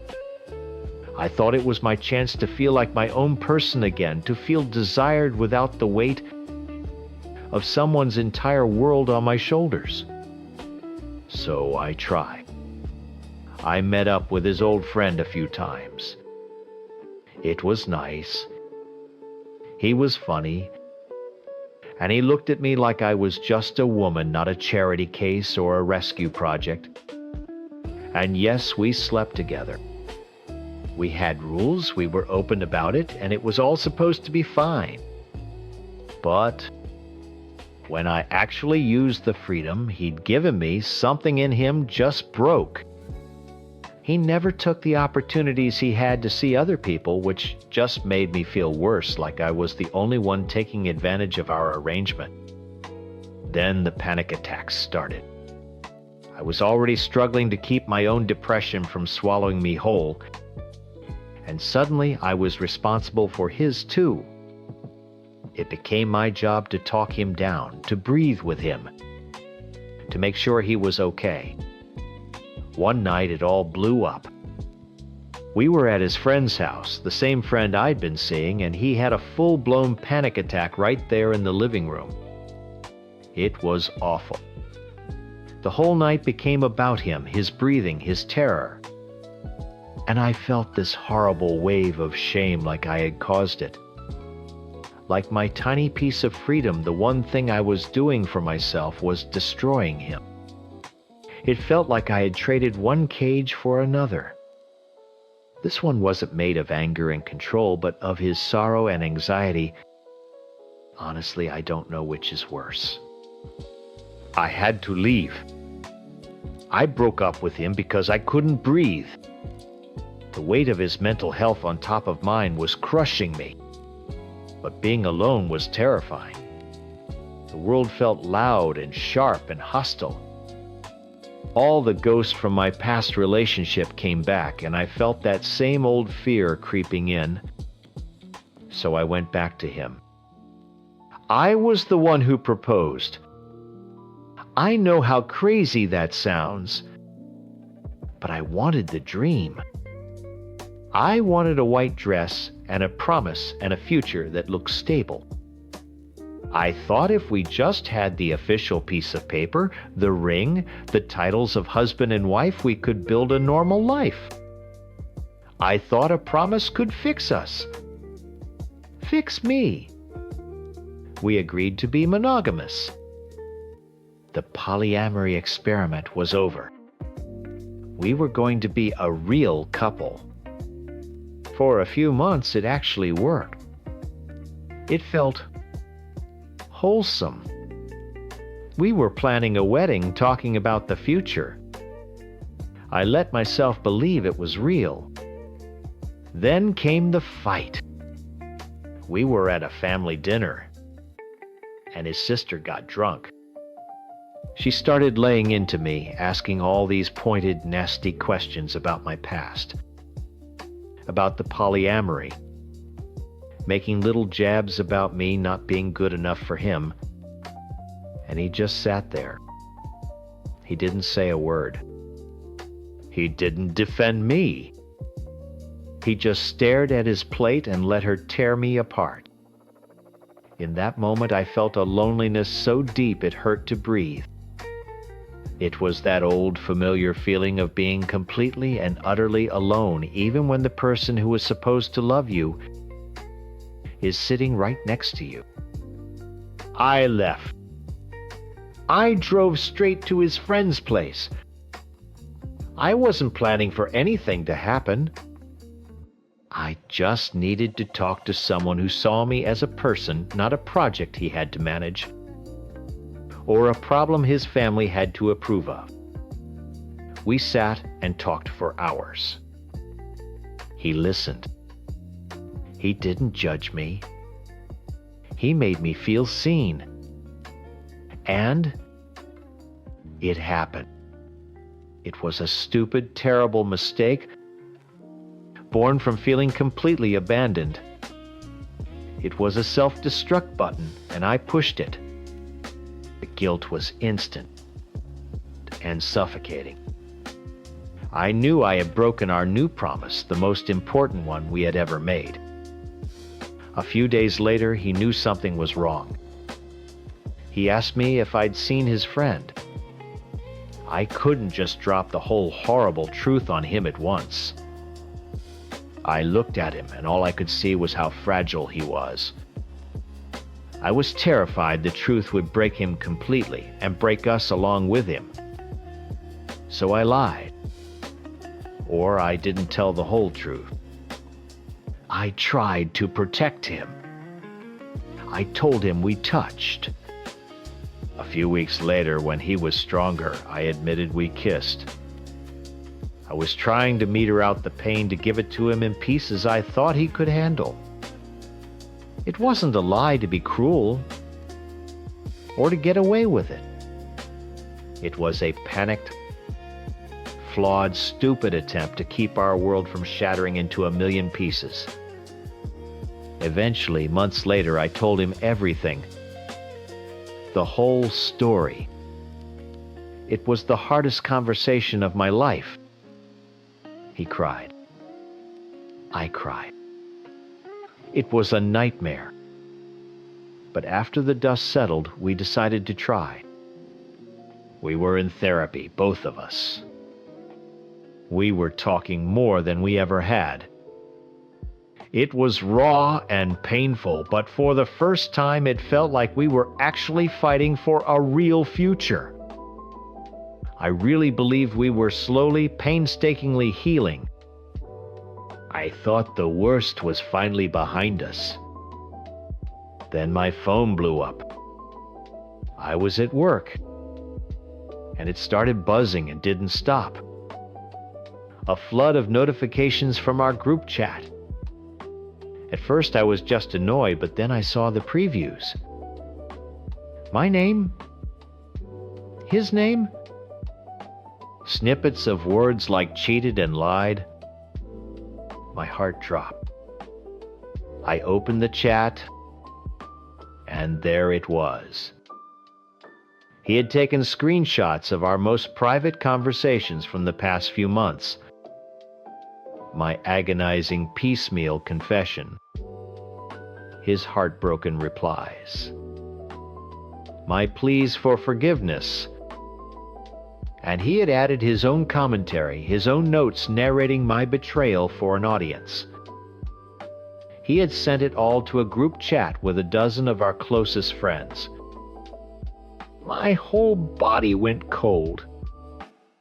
I couldn't breathe.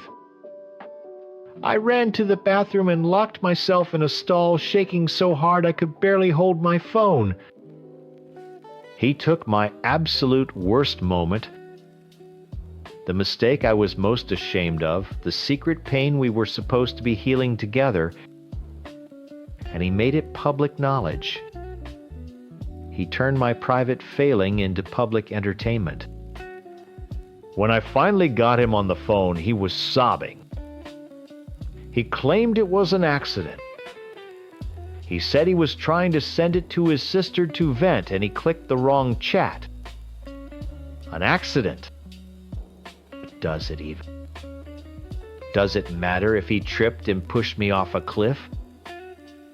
Or if he pushed me on purpose, I was still falling. He humiliated me in front of our entire social circle with the tap of a screen. He talks about betrayal, I get it. I broke our promise. I slept with someone else.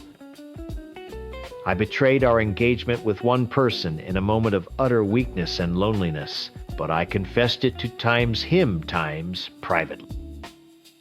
I was willing to do the ugly, painful work of fixing what I had broken. What he did was different. He betrayed my entire existence. He took my trust in our shared history and detonated it in a public square for everyone to see. He held up my shame like a trophy. The aftermath was exactly what you'd expect. The silence from our friends was deafening. The few who did reach out sent me these cautious, pitying messages, asking if I was okay, but not really wanting to hear it. They had already picked a side.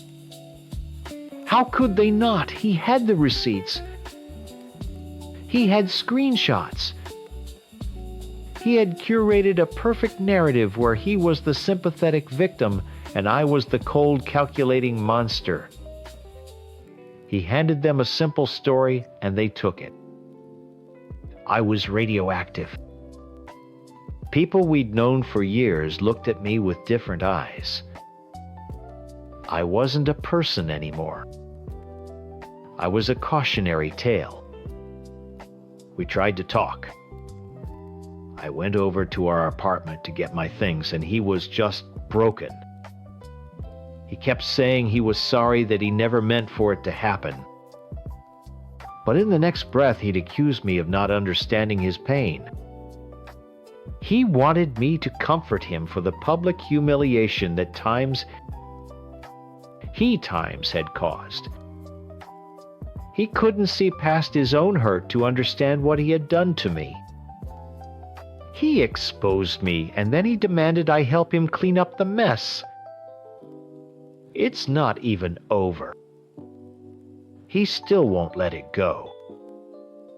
He's been contacting the friend I slept with, demanding the truth. He's asking for details, a timeline, as if my own gut-wrenching confession wasn't good enough.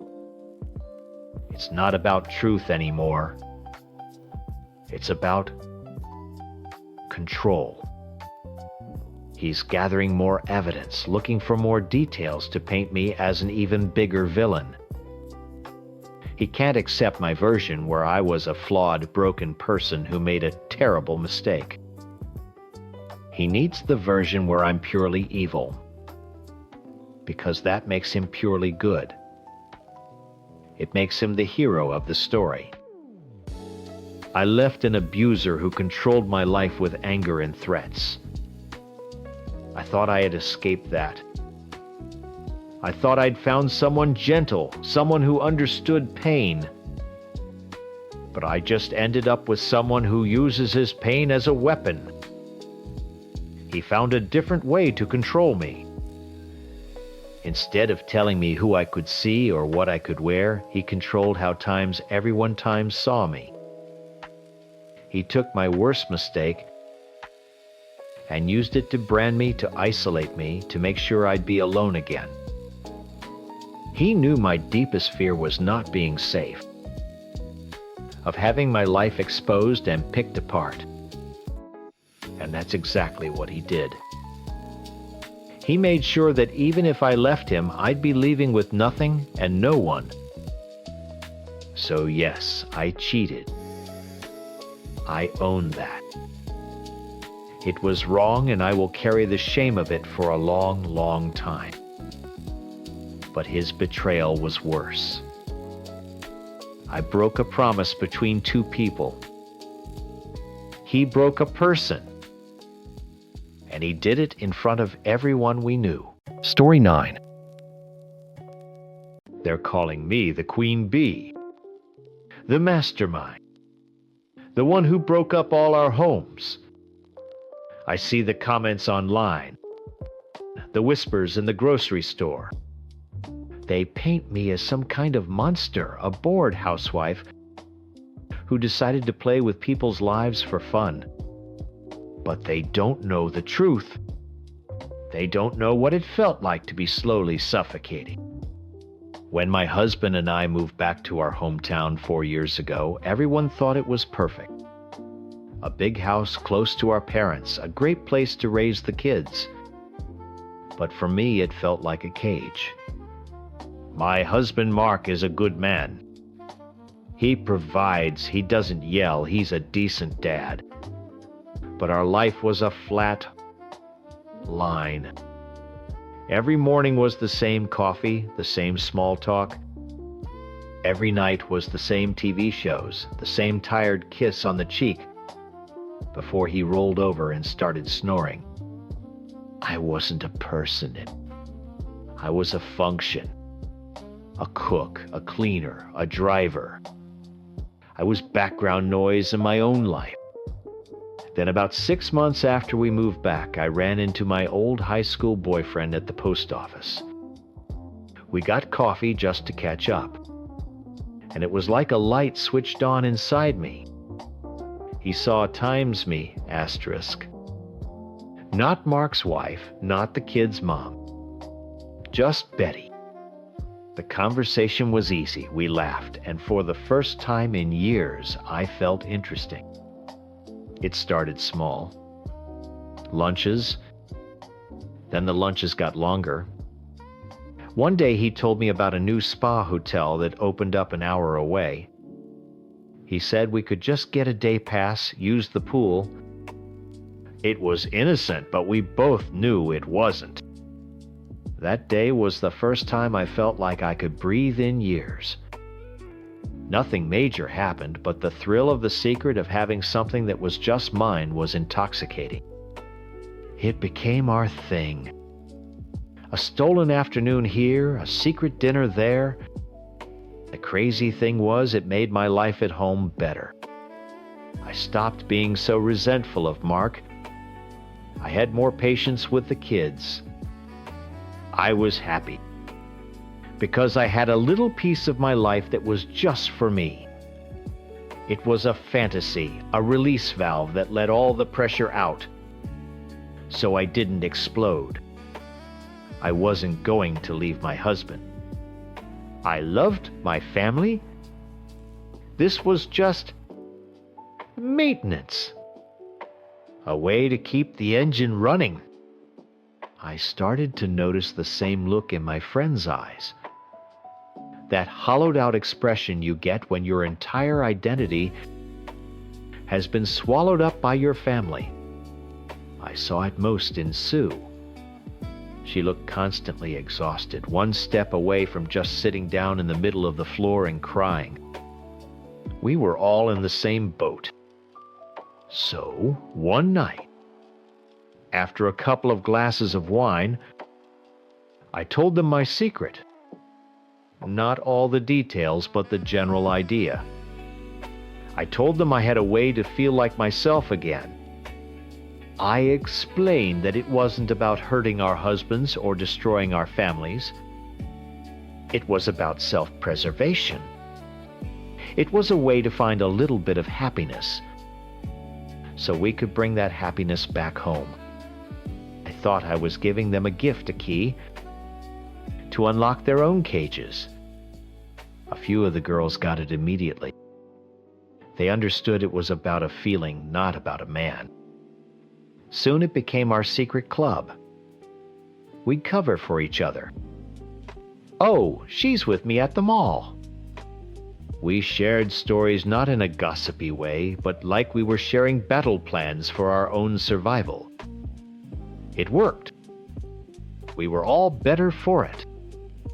When Sue told me she'd started seeing Frank, a guy she knew from work, I was thrilled for her. She was smiling again.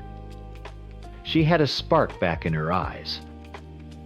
I thought finally she gets it. She's taking something for herself.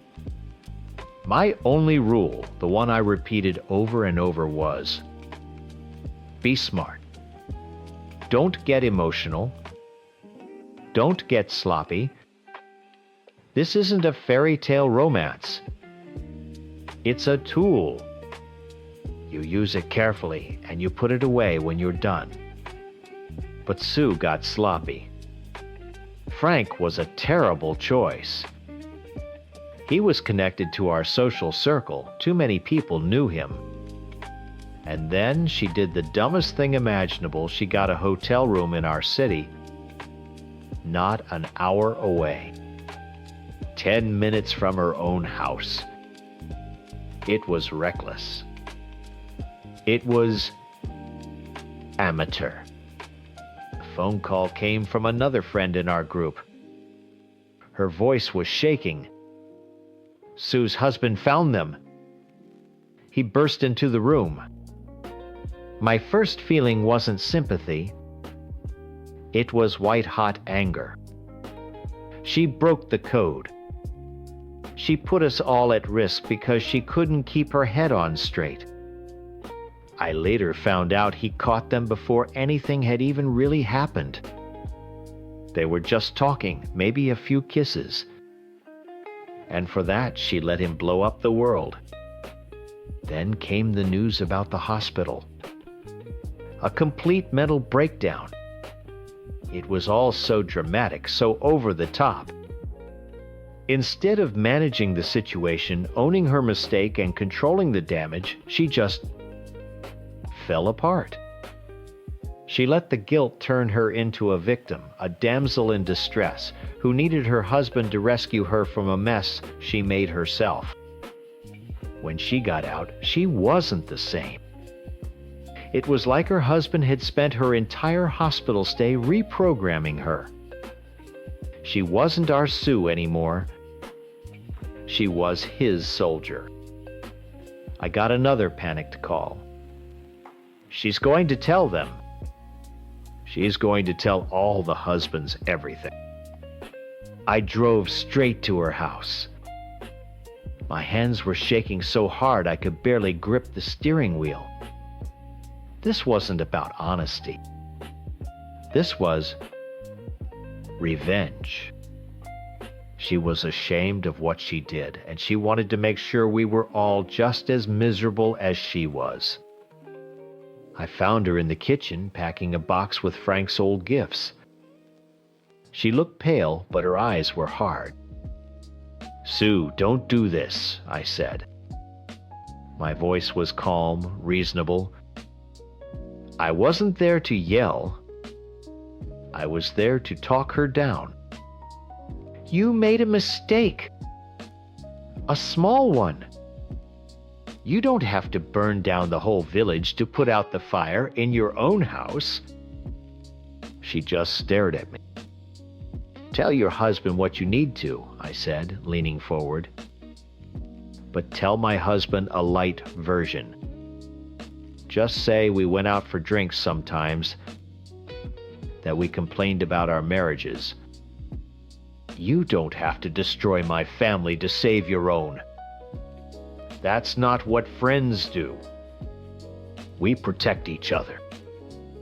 From the corner of my eye, I could see her husband's shadow in the hallway.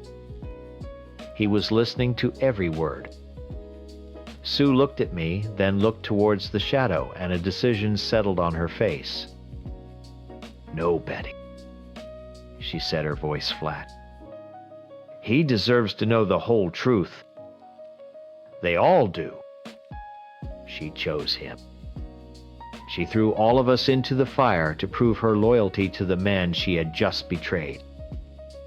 I walked out of that house knowing my life was over. She wasn't just a friend who got caught. She was an informant. I've been waiting for 2 days. Every time the phone rings, my heart stops. Every time I see Mark's car headlights sweep across the living room window, I feel sick. He just got home from work. I can hear his keys jangling as he puts them in the little bowl by the door. He's walking down the hall now. He stopped outside the kitchen. He knows. He must know.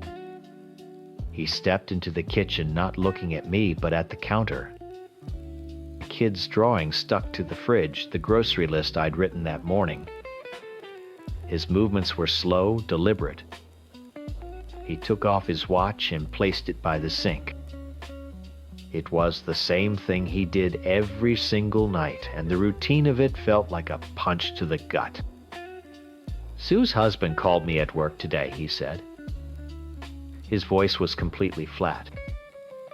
No anger, no emotion, just a statement of fact. It was so much worse than yelling. He told me quite a story, Betty. I opened my mouth to say something, anything. To spin it, to soften it, to manage it. But what could I say? I'd already rehearsed the light version in my head 100 times, but Sue had taken that option away from me. "Mark, we need to talk," I started, my own voice sounding weak and pathetic.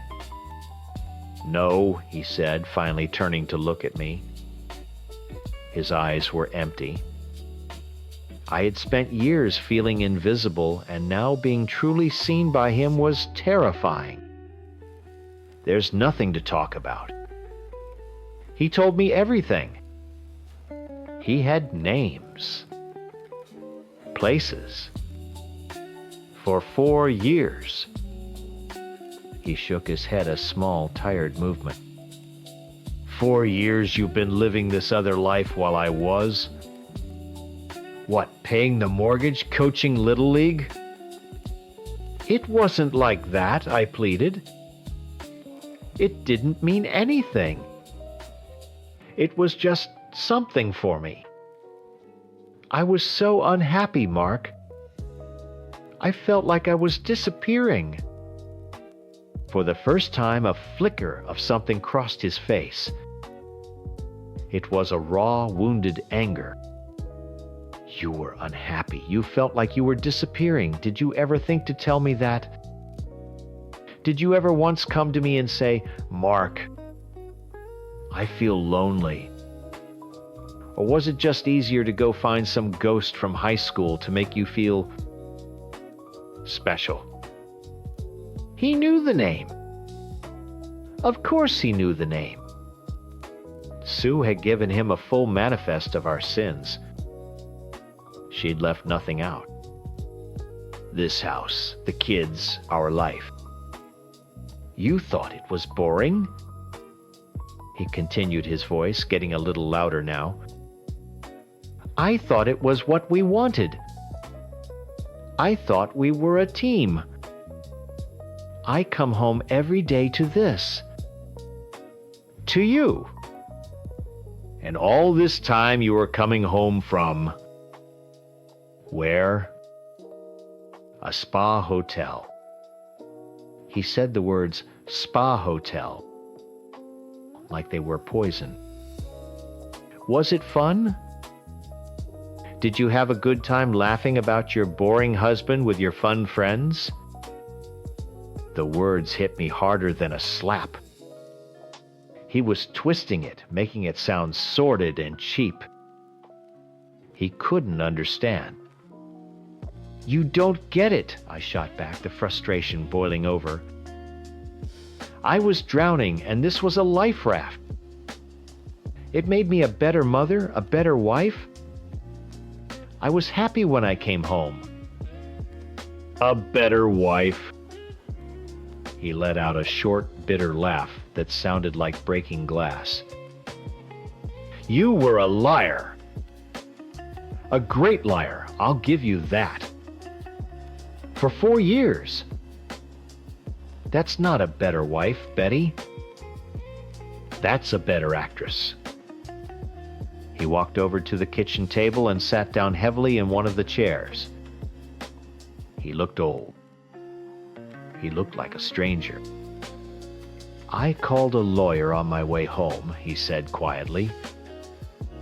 "He's drawing up the papers. I want you to pack a bag.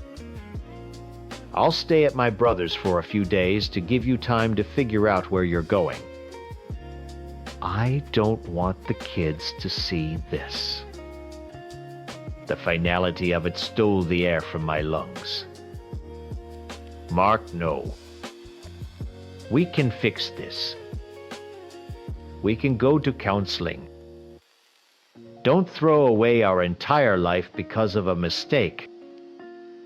A mistake. He stood up, and now the anger was fully there, his face red. "A mistake is forgetting to pick up milk. A mistake is bouncing a check.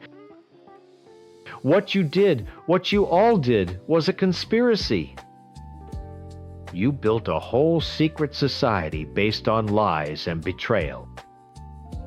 And you were the queen? That's what he called you. The queen bee." There it was. The brand Sue had seared onto my forehead. I couldn't defend myself against it. To him, I wasn't his wife anymore. I was a cartoon villain. I was the mastermind who ruined everyone's lives. He walked past me and went upstairs. I stood alone in the kitchen, listening to the sounds of him opening drawers, the rustle of clothes. He was packing. Not me. He was leaving tonight. The house was suddenly huge and silent. The life I had resented for being so predictable was gone, and all I felt was a terrifying cold emptiness. I packed a small overnight bag in a daze. I didn't cry. I felt numb, like I was watching a movie about someone else. As I was walking out the door, my phone buzzed. It was a text from one of the other girls, Karen. Asterisk.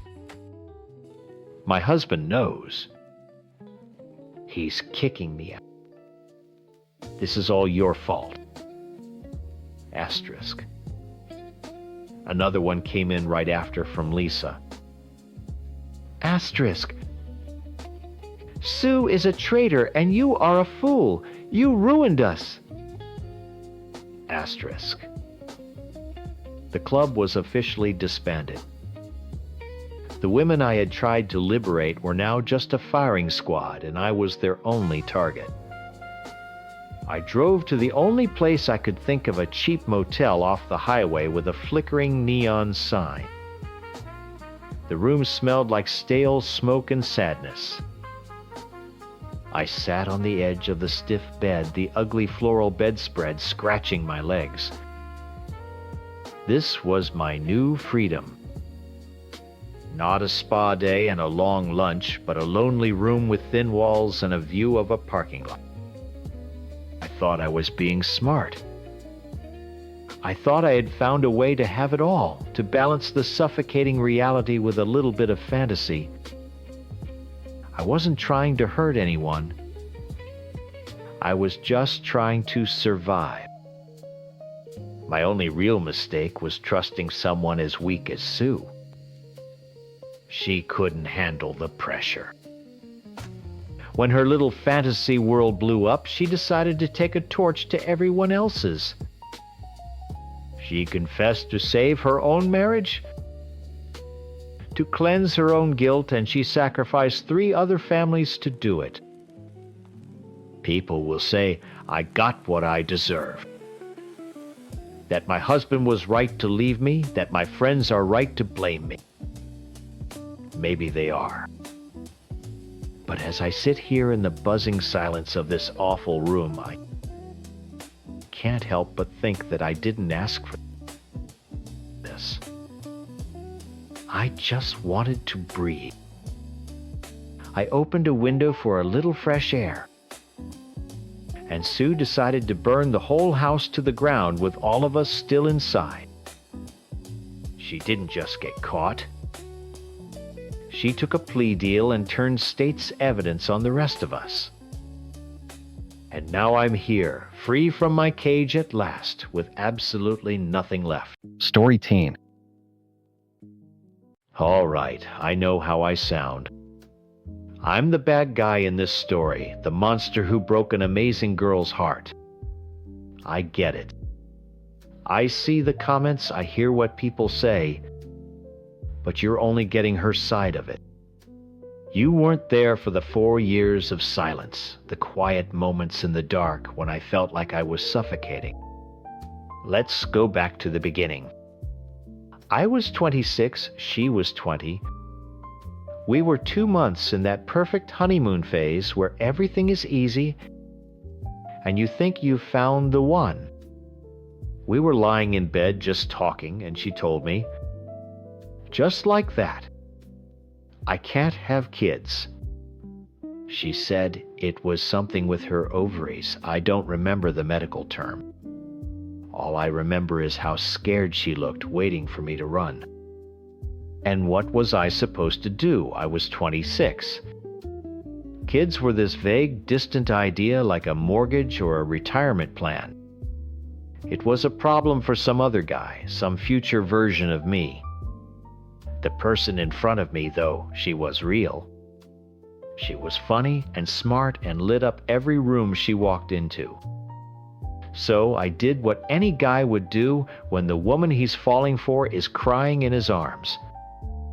I held her and I told her it didn't matter. We'll figure it out, I said. We can adopt, there are other ways. Asterisk. You times are what matters. And I swear to God in that moment I meant every word. But promises you make when you're 26 don't always hold up. When you turn 28, then 30, life starts happening around you. My friends, the guys I grew up with, started getting married. Then came the pregnancy announcements. The texts with ultrasound pictures, the gender reveal parties. Every single one felt like a punch to the gut.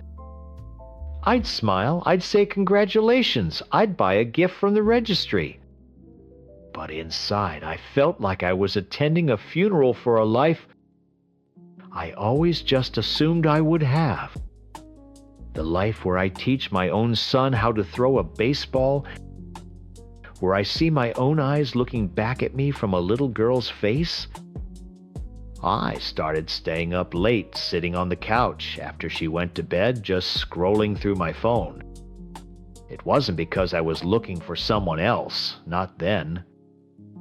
It was because I couldn't stand lying next to her in the quiet, knowing that the one thing my entire being was screaming for was the one thing we could never, ever have together. I was living in a future that wasn't mine.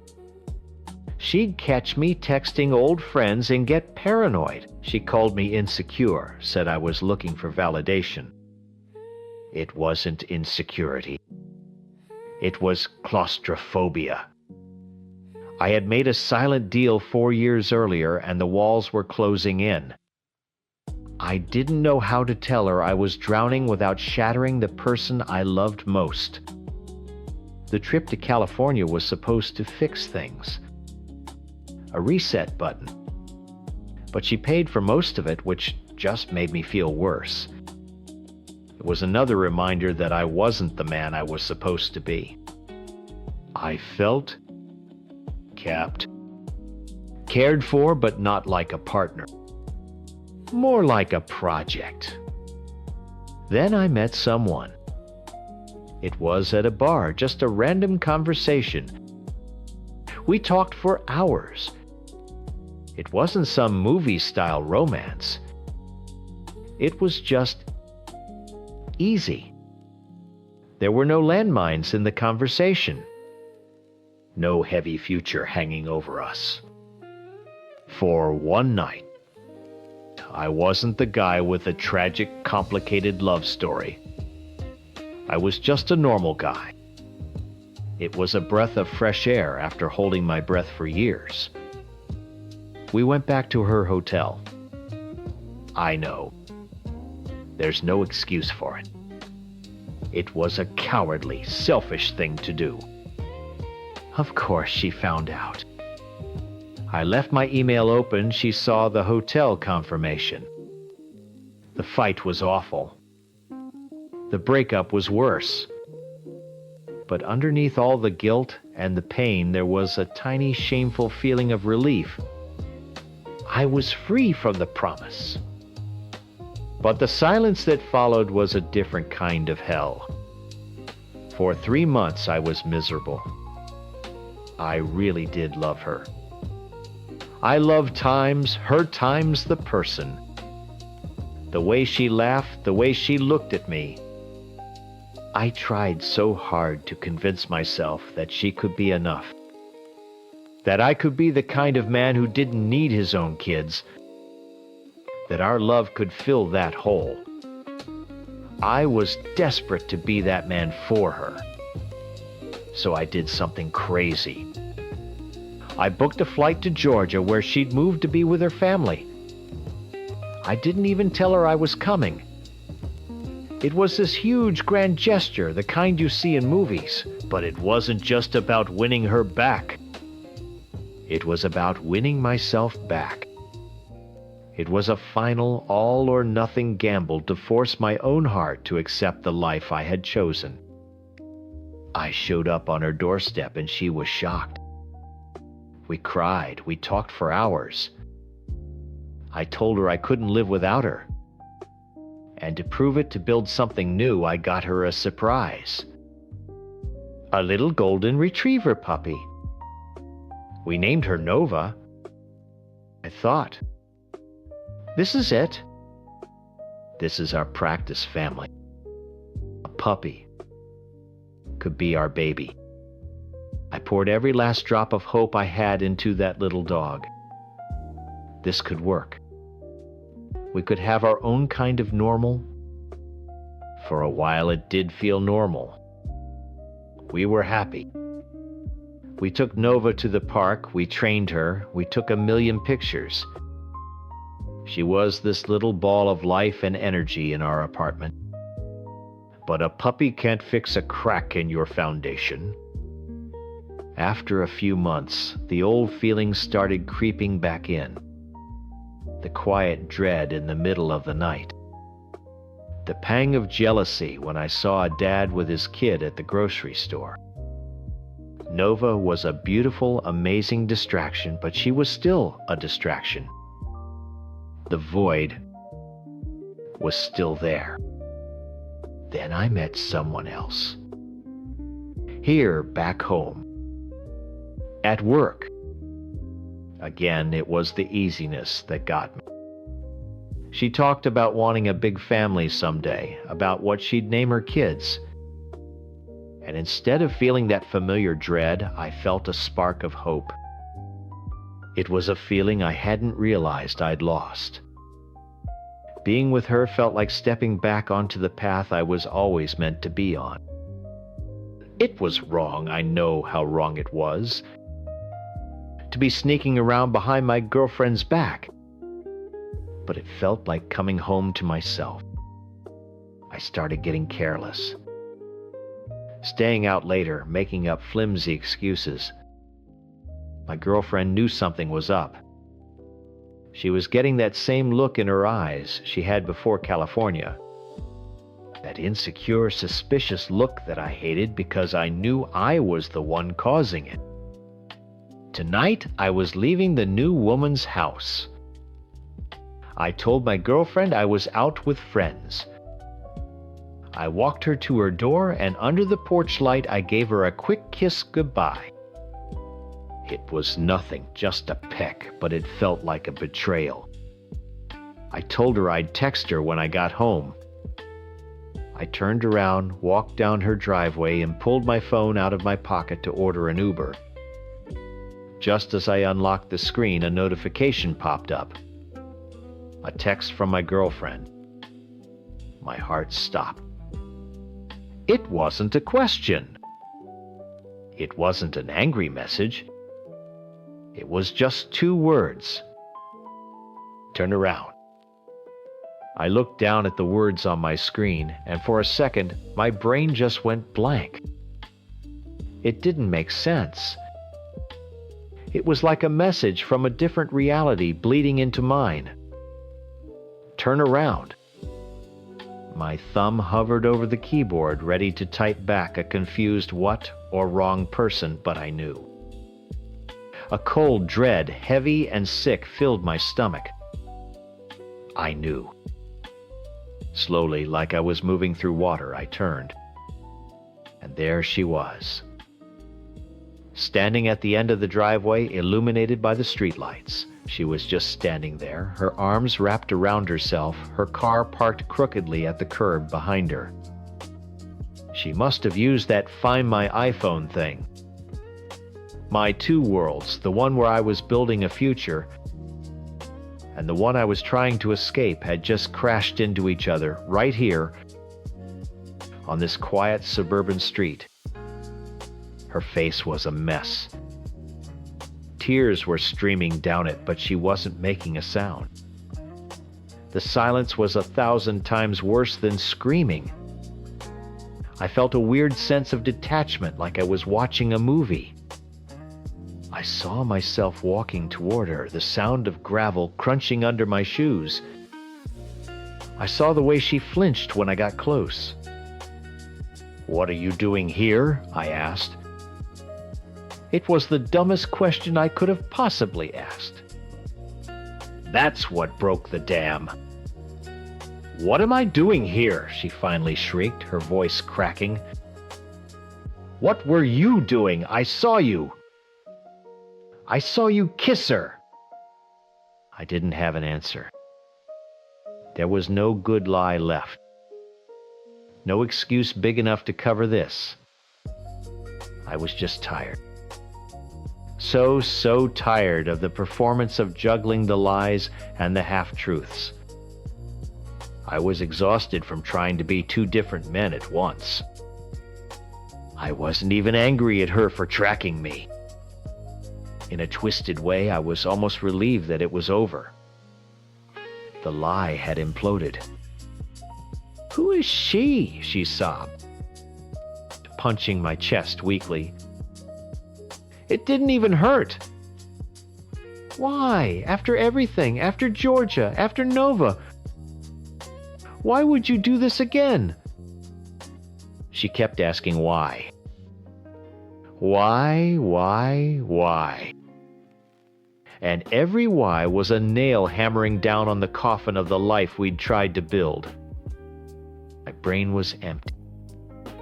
There was nothing to say that wouldn't destroy her more. But she wouldn't stop. She grabbed the front of my shirt, her knuckles white. "Look at me and tell me why."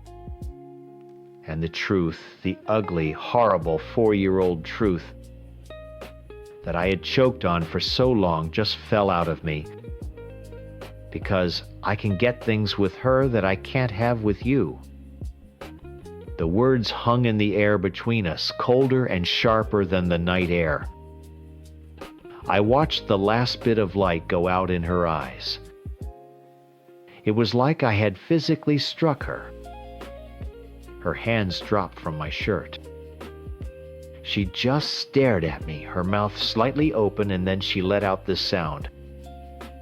A kind of wounded whimper that I will never forget as long as I live. It was the cruelest thing I've ever said to anyone. But it was also the most honest I had been in our entire relationship. It was the confession I was too much of a coward to ever say in a quiet room, so it came out here, under a streetlight like poison. She didn't say another word. She just turned, walked back to her car like a zombie, and drove away. I just stood there in the middle of the road and watched her taillights disappear. The breakup was quiet after that. We were past the screaming phase. She packed her things while I stayed at a friend's house. A few days later, I came back to an apartment that was half empty and completely silent. All that was left of her was Nova, sitting by the door whining and waiting for her to come back. I dove headfirst into my new relationship. It felt like a lifeboat. I told the new woman everything, framing it as a tragic, impossible situation I had finally escaped. She was sympathetic. She saw me as a guy who had just wanted a normal life. And I clung to that. We moved fast. I proposed 2 months later. It wasn't just about love. It was about survival. I had to lock it in. I had to build the walls of this new future so high and so fast that I wouldn't have a chance to look back, to lose my nerve, and fall back into the guilt and the memory of what I had done. I needed to make the choice permanent before my own weakness undid it. But there was still Nova. Every time I looked at her, I saw my ex's face the day I brought her home. I saw that brief, hopeful period in Georgia where I really truly tried to make it work. The puppy was a living, breathing monument to our failure. She was a constant reminder of the beautiful, broken family we tried to be. I'd be playing with her in the living room, and my fiancé would talk about what color to paint the nursery someday, and I'd feel this wave of nausea. The two things couldn't exist in the same space. I knew I couldn't keep her. My fiancé loved her, of course. She'd always wanted a dog. One night we were talking about getting our own place, and she said, "And of course we're taking Nova, she's our first baby." And that's when it clicked in my head, a final selfish piece of logic. Giving Nova to my ex was a symbol of our new beginning. A placeholder. Now I had to take that symbol back. I had to move it from the failed column to the future column. So I gave Nova to my fiancé. Officially. I bought her a new collar with a little tag with my fiancé's number on it. I told myself it wasn't about hurting my ex. It wasn't a final act of cruelty. It was a transfer. A symbolic transfer of hope.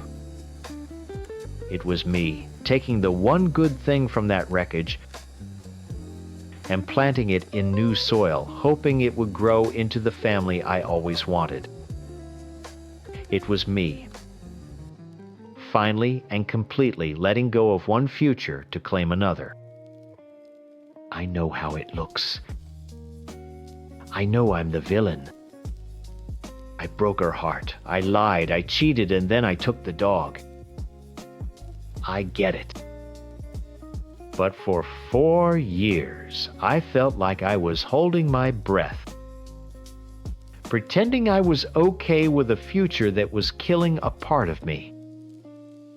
Maybe a better man could have done it. A stronger, more noble man could have let his own dreams die for the woman he loved. But I'm not that. I was suffocating and I chose to breathe. And I will have to live with the fact that my fresh air was her poison. Story 11. I know what you think of me. You've probably heard her side, and I don't blame you for hating me. I hate me too. Most of the time I look in the mirror and I don't recognize the man staring back. But I need you to understand, I never wanted to hurt her. Everything I did, all the good things, they were real. They were my desperate attempt to be the man she deserved. Our wedding in 2016, that was supposed to be it for me. The end of the old life and the start of a new one. Before her, I was just a mess. Always anxious, always feeling like I was playing a part, waiting for someone to call me out as a fake. She was the first person who made me feel real. When she looked at me, I felt like the man I always wanted to be. So I decided I would be him. I would be a husband, a good stable man. Every good memory we made was another brick I was putting in a wall. I was trying to wall off the broken part of myself, the part that craved noise and chaos and destruction. The first year of our marriage was good. We were happy. But in the quiet moments when the TV was off and she was asleep next to me, I'd hear it. A little whisper in the back of my head, telling me I was a fraud, that I didn't deserve any of this, that a good man wouldn't feel this restless emptiness. The only thing that made the voice shut up was drinking. A few beers, a glass of whiskey, and suddenly I was him again, the charming, confident guy she fell in love with. The guy who wasn't terrified all the time. The first time it happened was about 4 months after the wedding, with her best friend. I swear to God it wasn't a plan. It was late, we were all drunk, and it was just a stupid, horrible mistake. The next morning, the shame was so heavy I could barely breathe. It should have been the biggest wake-up call of my life. It should have scared me straight, but it didn't. It did something worse. It broke my brain. The guilt was too much. The man who loved my wife, the man who held her and promised her forever, couldn't have done that. It was impossible. So my mind just split. It created a box, and it put the monster who did that thing inside it. From that day on, there were two of me. There was the husband who loved his wife more than anything, and there was the other guy, the addict. The addict didn't care about anything but the fix. He was fueled by booze and that bottomless pit of self-hatred I carried around. The cheating wasn't about sex, not really. It was about feeling something, anything other than the shame. It was a quick hit of adrenaline, a moment of validation from a stranger online, or an escort who didn't know me. It was a way to prove the voice in my head. Right, I was a piece of garbage. Each time, the addict would get his fix. And then I'd wake up the next morning as the husband again, swimming in disgust and fear. And I would throw myself even harder into being the perfect husband. I'd cook her favorite dinner plan, a surprise weekend trip, tell her how much I loved her. I was praying, just praying that if I acted the part well enough, it would eventually kill the other guy for good. Some of the worst times were when she was right there. I remember one of our house parties. She was in the living room with our friends laughing.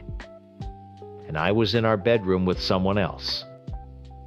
People think that's a sign of a guy who wants to get caught. It's not. It's the addict's recklessness. When the monster needed a fix, the rest of the world just went blurry. My wife, my home, my entire life would just become background noise. The only thing that was real was the chase. Then she got pregnant, and we bought the house. This was it. This was the final move, the ultimate fortification. A baby. Our own home. A real family. I was so genuinely happy, so full of hope. I thought, this has to be enough. A life this good, this real. It has to be heavy enough to crush the monster, to starve him out for good. And for a while, it worked. The voice went quiet. I wasn't drinking as much. I was just focused on her, on the baby, on painting the nursery and building the crib. I really, truly believed I had won. I was going to be a father. I was going to be the man I was always meant to be. We were 3 months pregnant boxes, still half unpacked in our dream house, and I had never felt more certain about anything in my life. I was safe. We were safe. We were sitting on the couch looking at something on my phone together. I think it was a list of baby names. I was laughing, and I felt her head resting on my shoulder. It was one of those perfect quiet moments. And then the screen lit up. A notification banner slid down from the top. It was a message from a name she didn't know. And the preview was just a few words, but it was enough. My blood went cold. The whole world just stopped. I saw her eyes flick from the baby names up to the banner. I watched her read the words. I watched her perfect happy face start to crumble in slow motion. The wall I'd spent our entire marriage building was about to be vaporized. She pulled her head off my shoulder and just stared at the screen for a second. Then she looked at me, her expression completely blank. "Who is that?" she asked. My brain went into overdrive, trying to spin 1,000 lies in a single second. It's a coworker. It's spam. It's a wrong number. But I couldn't get a single word out. My mouth was dry. I just looked at her. And she knew. The way she pulled away from me, just that little bit of distance she created on the couch, felt like a canyon opening up between us. The interrogation that followed wasn't shouting and screaming. It was worse. It was quiet. It was methodical. She took my phone and her hands were perfectly steady. She asked me again, her voice flat. Who is she? I started with the first lie, the one I had practiced in my head just in case. A stupid flirtation, a mistake it meant nothing. I watched her scroll through my phone, her thumb moving up the screen, and with every swipe another piece of my life fell away. She found more. More names. More messages. Every question she asked was a nail. And every lie I told was just the hammer driving it in deeper. The demolition went on for hours. She'd find something, ask me about it. I'd minimize it, and then she'd find something else that proved I was lying. The worst part was when she found the messages from 4 months after our wedding from her best friend. I watched her face go from hurt to confused. and then to a look of such profound betrayal that it physically hurt to see. She didn't cry, not then. She just looked at me like I was a complete stranger. Like she was seeing the monster for the first time. She found the emails with the escort, the dating app profiles, the chats. All the bricks from the wall I had built came crashing down, and I was just sitting there buried in the rubble. Finally, she put the phone down on the coffee table. She stood up, walked to the front door, and opened it. "Get out," she said. It was the first time her voice broke. Being kicked out of my own home, the one we had just bought for our baby, should have been the lowest point of my life. But it was a relief. I deserved it. I deserved worse. I slept in my car for 2 nights before getting a cheap motel room. I spent days in a fog just replaying that night over and over, seeing her face. That's when I finally did the one thing I should have done years ago. I walked into an AA meeting. Then I found an SA meeting. Sitting in those church basements listening to other people tell my story was the first time I didn't feel completely alone with the monster. These people understood the switch.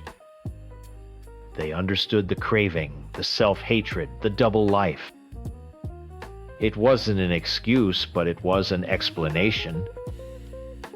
It was a path. I started working the steps. I was sober. I was going to meetings every day. I was finally, for the first time, being honest with myself about who I was. After a few weeks, she called. The dog was having a hard time without me, and with her being pregnant, she needed help. She said I could come back, but I had to stay in the guest room. No exceptions. It was the tiniest sliver of hope, and I grabbed it with both hands. I moved into the guest room and followed her rules perfectly. I respected her space. I didn't push. I just tried to be useful to show her I was changing. I went to my meetings, I did my work, and I just wanted to be near her, to be near the goodness I had almost completely destroyed. I thought maybe, just maybe, we could survive this. I was making progress. But the addict is a patient bastard. It waits. It hides in the corners and waits for you to be tired or lonely or weak. And one night it found me. I was sitting alone in the guest room, scrolling on my laptop. She was asleep down the hall. I was just lonely. That's all it took. I wasn't even looking for anything. I was on LinkedIn, for Christ's sake. A stupid professional networking site. A message popped up. An old contact. And the conversation just turned. The switch flipped. It was fast, almost instant. The monster took over, and before I really knew what was happening, it was done. An online relapse. The shame was immediate and crushing. It was 10 times worse than before, because this time I knew better. I was in recovery. I was supposed to be getting well. I hid it. I deleted the messages and shut the laptop, my heart pounding. I told myself it was a one-time slip. A mistake. I could handle it. I could get back on track without telling her. Telling her would destroy that sliver of hope, and I couldn't bear that. But we had a formal disclosure scheduled with our marriage counselor. A big, terrifying meeting where I was supposed to lay out every single secret, every single betrayal once and for all. No more trickled truth. The week leading up to it was torture. I knew I had to either tell her about the LinkedIn slip-up, or I had to start our new foundation with another lie. We sat in the counselor's office, my wife looking so fragile but so determined. I started talking. I went through the timeline, all the ugly details I'd hidden before. And then I got to the part about coming home, about living in the guest room. I took a breath, looked at her, and I knew what I was about to do. It was like holding a grenade and knowing I had to pull the pin. I told her about the relapse. I watched the last bit of hope drain from her eyes. It was one thing to be betrayed by the man I was before. It was another thing entirely to be betrayed by the man who was supposedly in recovery, the man who was trying to heal with her. I hadn't just cheated on her again. I had let her start to hope, let her invest in my recovery, only to prove that I was still the same broken, untrustworthy person. I had poisoned the wound she was just starting to clean. I saw it all clearly then. My greatest failure wasn't all the affairs. It wasn't the lies or the drinking. My greatest failure was ever believing I could build a life strong enough to protect her, while the thing she needed protection from was living inside my own skin. I had just let him out right in front of her one last time. Story 12. I know what you think of me. My daughter Chloe has probably told you the whole story, and she's probably made me sound like the worst person in the world. And maybe I am. But you've only heard her side. You haven't heard what it's like to live in this house, this perfect, stable house that's built on a foundation of lies. They call us stable now. That's the word everyone uses. Oh, you two have done so well to get through it. You're so stable.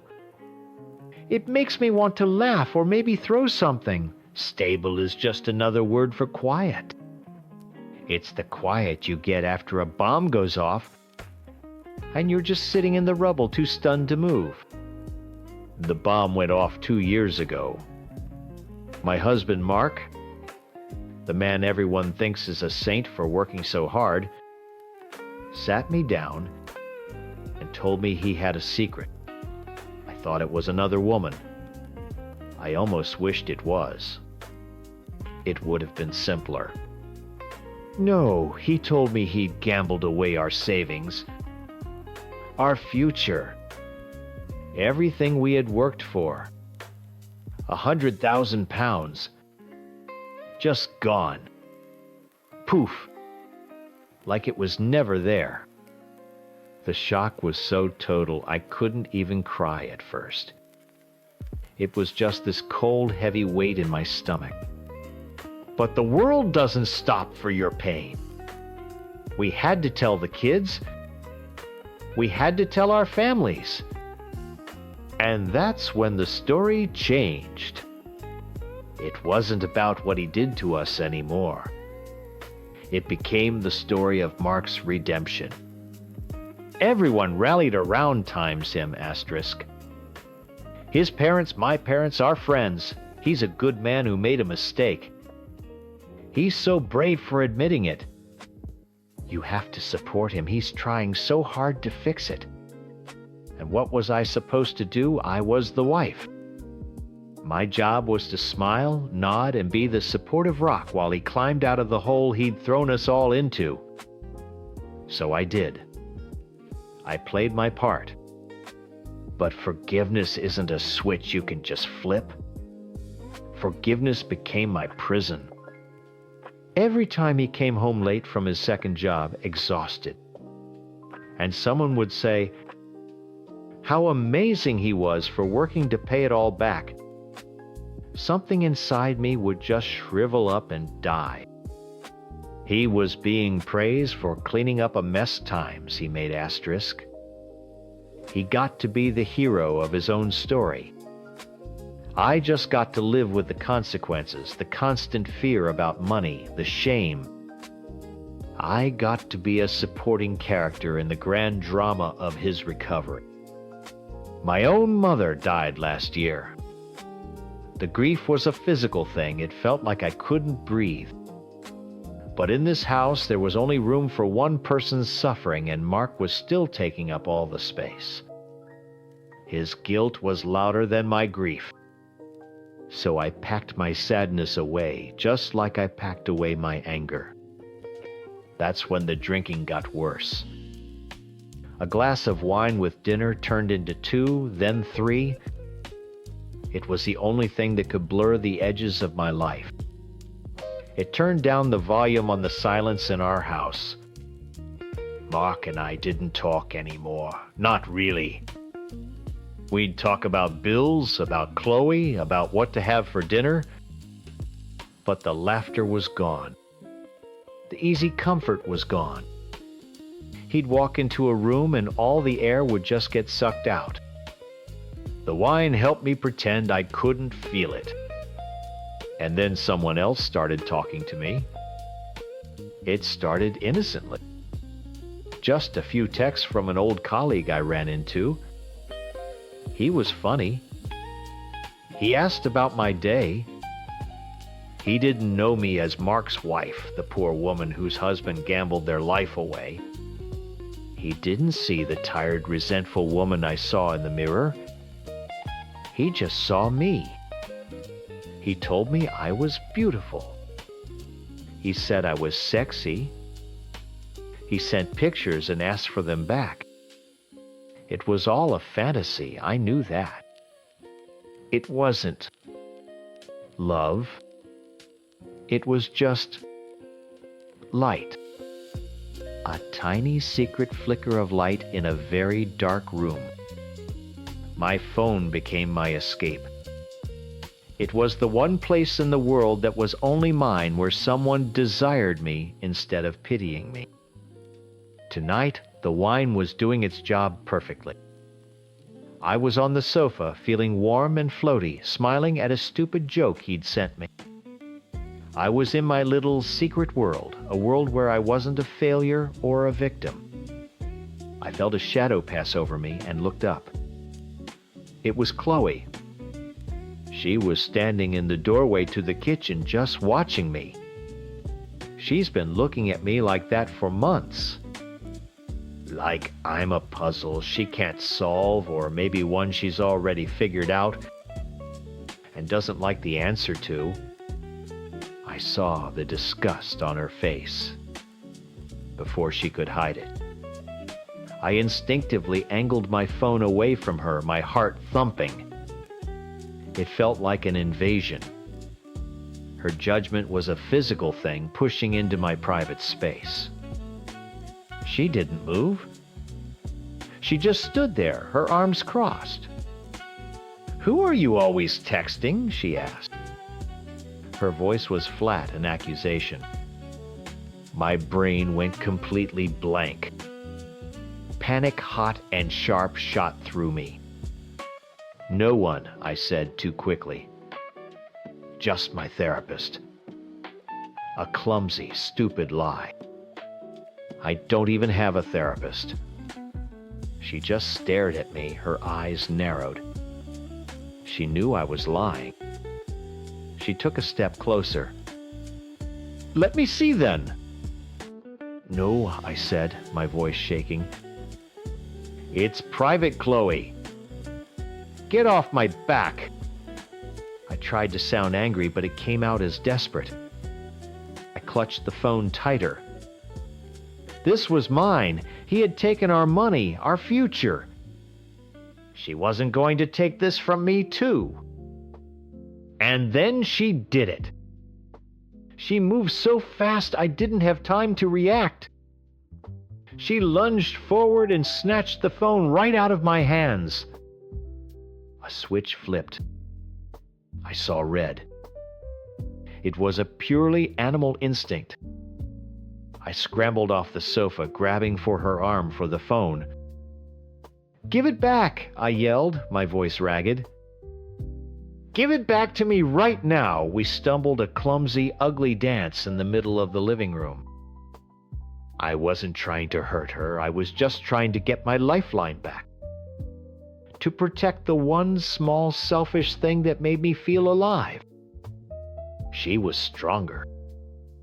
She shoved me back and I tripped over the rug, catching myself on the armchair. She stood there, panting, phone in her hand. Her back was to me. I was frozen, my breath caught in my throat, watching the straight, unforgiving line of her shoulders. I waited for her to turn around to scream at me. But she didn't.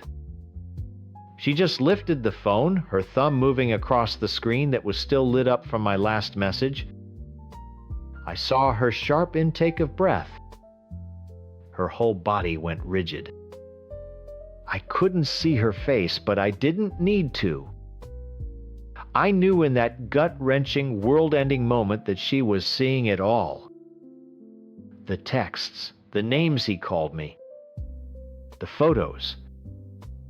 My secret was no longer mine. The silence in the room was so loud it felt like my ears were ringing. It couldn't have been more than a few seconds, but it stretched on forever. I watched her shoulders, how they shook just once. Then she slowly turned around. The look on her face, it wasn't just anger. It was disgust. It was the same look I'd seen her give Mark just once, right after he told us about the gambling. A look that said times, "I don't even know who you are anymore." Asterisk. "Mom." Her voice was a whisper. It cracked. "What is this? Who is this?" She held the phone out, like it was a dead thing she'd found. I couldn't speak. The whine, the panic, the shame, it was all a thick sludge in my throat. I just stared at her, my mind screaming for the right words, but nothing came out. And then the performance started. Her face crumpled. A huge theatrical sob ripped out of her, the kind that's meant to be heard. She clutched her stomach as if she'd been physically wounded. "How could you?" she wailed, her voice rising with every word. "How could you do this to Dad? After everything times he's done to fix this family." She was choosing a side. Right there in that moment. She wasn't my daughter horrified for her mother. She was his defender accusing me. And something inside me, something that had been quietly rotting for 2 years, finally snapped. Him, I practically spat the word. "You're worried about times him, asterisk. He's been killing himself, working 2 jobs for us," she screamed back, tears streaming down her face. "To pay back the money he times lost," I screamed right back, finally finding my voice. It was raw, ugly. "The money he stole from us, from you and me? Don't you dare stand there and act like he's a saint." She just shook her head, sobbing, looking at me like I was a monster. She didn't hear a word I said. She didn't want to. It was easier to have one good guy and one bad guy. And I just made it very easy for her to decide who was who. She turned and ran out of the living room. Not to her bedroom. No, she ran straight to the study where Mark was on his laptop, probably working through the accounts playing the martyr. I heard her burst in, heard her choked sobs. Dad, you have to see this. That was it. The final betrayal. She took my one secret, my one ugly little escape, and she handed it directly to the man who created the prison I was trying to escape from. She didn't just expose me. She sacrificed me to protect him. All those years of bedtime, stories, packed lunches, scraped knees, all of it meant nothing. I was the enemy now. I followed her. I don't even know what I was planning to do. Mark was standing up, his face pale and confused Chloe, shoving my phone into his hands. He looked from the phone to me, his expression unreadable. Not angry, just hollow. All the fight went out of me. But then Chloe turned to me again, her face righteous and furious. "You're disgusting," she said, her voice dripping with poison. The anger came back hot and wild. It was pure hurt. "Get out of my face," I slurred the words, thick with wine and rage. "You're such an a-hole, you know that." "What is wrong with you?" she cried. F off, Chloe. Just F off and leave me alone, I pointed a shaking finger at her. You have no idea what you've just done. She flinched like I'd hit her. Mark finally spoke, his voice quiet and dead. Go to your room, Chloe. He didn't look at me. He just kept staring at the phone screen, at the proof of what I was. I turned and walked away. I went to the kitchen and poured another glass of wine. My hands shaking so badly, some of it sloshed onto the counter. I didn't care. I drank it down in 3 gulps and poured another. I could hear them talking in low voices, his deep and rumbling, hers high and hysterical. They were a team now. It was them against me. The next morning, my head felt like it was splitting in 2, but that was nothing compared to the gaping hole in my chest. The house was silent. Not the usual quiet, but a heavy, deliberate silence. I found Chloe in the kitchen making toast her back to me. She moved with a stiff, deliberate anger. I had to try. I had to make her understand. Chloe, I said, my voice hoarse. She didn't turn around. Can we please talk? She kept buttering her toast. There's nothing to talk about. Yes, there is. I took a step closer. My heart was pounding. What I did was wrong, I know that. But I need you to understand why. I was begging. You know what betrayal feels like. You remember.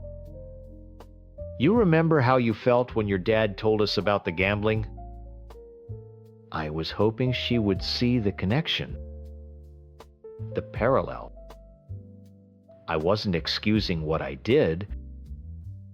I was trying to give it a reason, a source. I was trying to tell her that this sickness in our family didn't start with me. It started with him. She finally turned around, her eyes cold. Don't you dare, she said, her voice low and dangerous. Don't you dare compare what you did to what Dad did.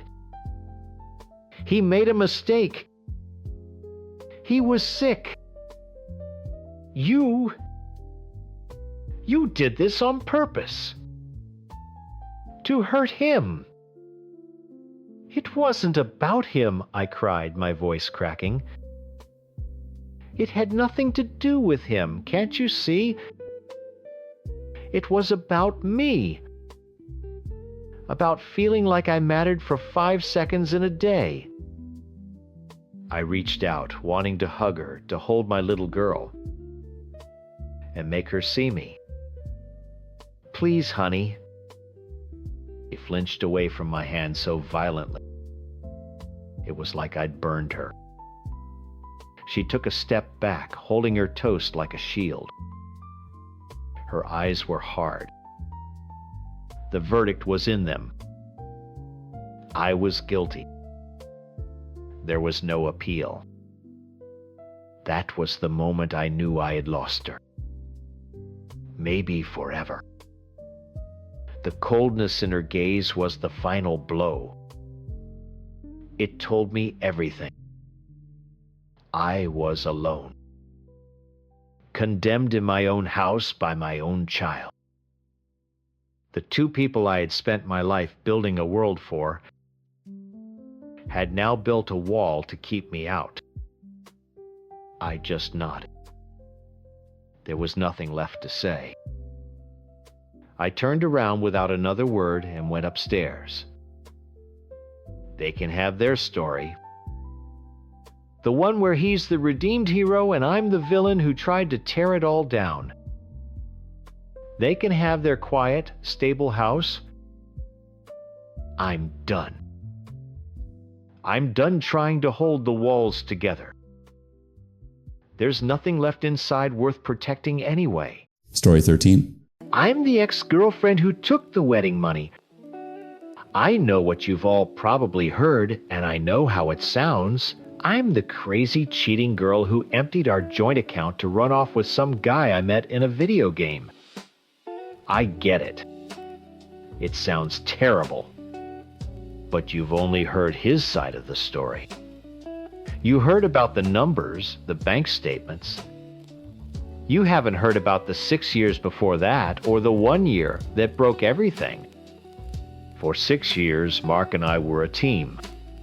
Not just a couple, a team. We did everything together. We finished each other's sentences, we knew each other's takeout orders by heart, and we planned our whole future on a dozen napkins in our favorite diner. We were going to get married, buy a small house with a yard for a dog, and just be happy. It was simple, and it was all I ever wanted. Then came the job offer in September 2019.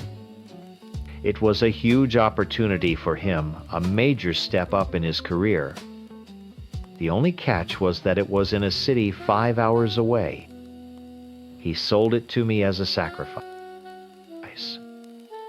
This is for us, he'd say, holding my hands.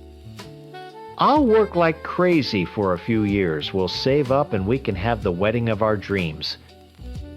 It's for our future. I believed him. I loved him, so of course I believed him. So he moved. And I stayed behind in our apartment, the one we'd picked out together. At first it was hard, but manageable.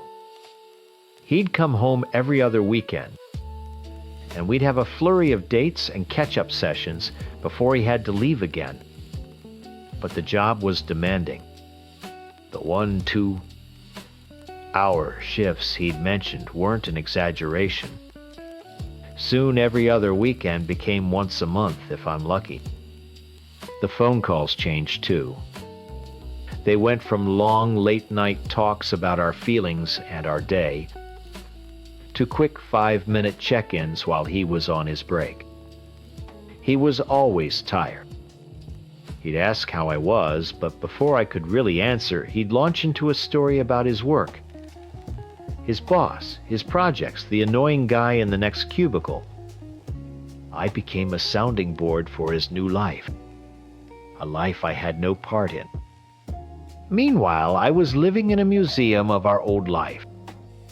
His stuff was still in the closet. His favorite mug was still in the cabinet. and I was supposed to be planning our dream wedding. Alone. I picked the venue by myself, sending him blurry photos for his approval. I went to cake tasting and brought home little boxes of samples to eat by myself on the couch. I spent hours on the phone with caterers and florists, making decisions for a party of 2 when one of us wasn't even there. The big, beautiful wedding binder he bought me sat on the coffee table, a constant reminder of the future I was building by myself. I wasn't his partner anymore. I felt like his project manager. The loneliness was the worst part. It was like a constant, low hum in the background of my life.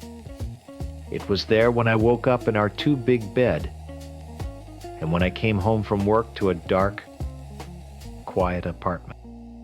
To fill the silence, I started playing this stupid city-building game on my phone. It was just a way to pass the time, to turn my brain off for a few hours. The game had a global chat feature, and that's where I met him. I'm not even going to use his name because he isn't the point. He was just a guy from another country who happened to be online when I was. It started with tips about the game, but soon we were just talking. He'd ask about my day, and he would actually listen to the answer. He thought my wedding planning stories were funny, not boring. He made me laugh. He was just there. He was present in a way Mark hadn't been for a year. It wasn't some magical whirlwind romance. It was just a conversation. It was a lifeline. I felt like I had been holding my breath for a year, and he was the first person who told me it was okay to breathe. The realization that my relationship with Mark was over didn't come in one big moment. It was a slow, painful death. The final straw was when I called him excited because I thought I'd found the perfect band for the wedding. He cut me off mid-sentence. "Babe, I can't talk about this right now. I'm swamped. Just pick whichever one you think is best. I trust you." He thought he was empowering me. But what I heard was, "I don't care." I ended things a week later over the phone. It was awful. I tried to explain the distance, the loneliness, how I felt like we were just business partners managing a long-distance project called Our Future. I told him I'd connected with someone else, someone who actually saw me. Of course, all he heard was that I was leaving him for a guy I met in a game. He called me delusional. He said I was throwing away 6 years for a fantasy. Maybe he was right. But our relationship already felt like a fantasy. The only difference was my new one didn't make me feel so alone. After we hung up, I just sat there numb. Then I remembered the account. Our joint wedding savings account. I logged in, my hands shaking. The balance was a little over $6, 200. I looked at that number and I didn't see the money he'd worked so hard for. I saw my time. I saw every single night. I cried myself to sleep. Every dinner I ate alone. Every time I had to answer the question, "So when's the big day?" with a fake smile. I saw the 6 years of my life I'd poured into a future that had just vanished. In that moment, something inside me just snapped. He had his new career, his new life. He was moving forward. What was I left with? An empty apartment and a wedding binder full of broken promises. The money felt like the only tangible thing I had left from our relationship. It wasn't about revenge, not really. It was about worth. He thought a few monthly transfers into an account made up for his absence. I felt like I was owed for the emotional labor for being the one who kept our dream alive long after he'd outsourced it to me. It was my severance pay. That's what I told myself. A payment for 6 years of my life. I transferred the entire amount to my personal account. The screen flashed success. And for a second I felt nothing. Then a wave of panic and regret washed over me so strong it made me sick. I knew what I had done. I knew it was wrong. But it was done. His text started a few hours later. First confusion, then pure rage. He called me a thief. A liar.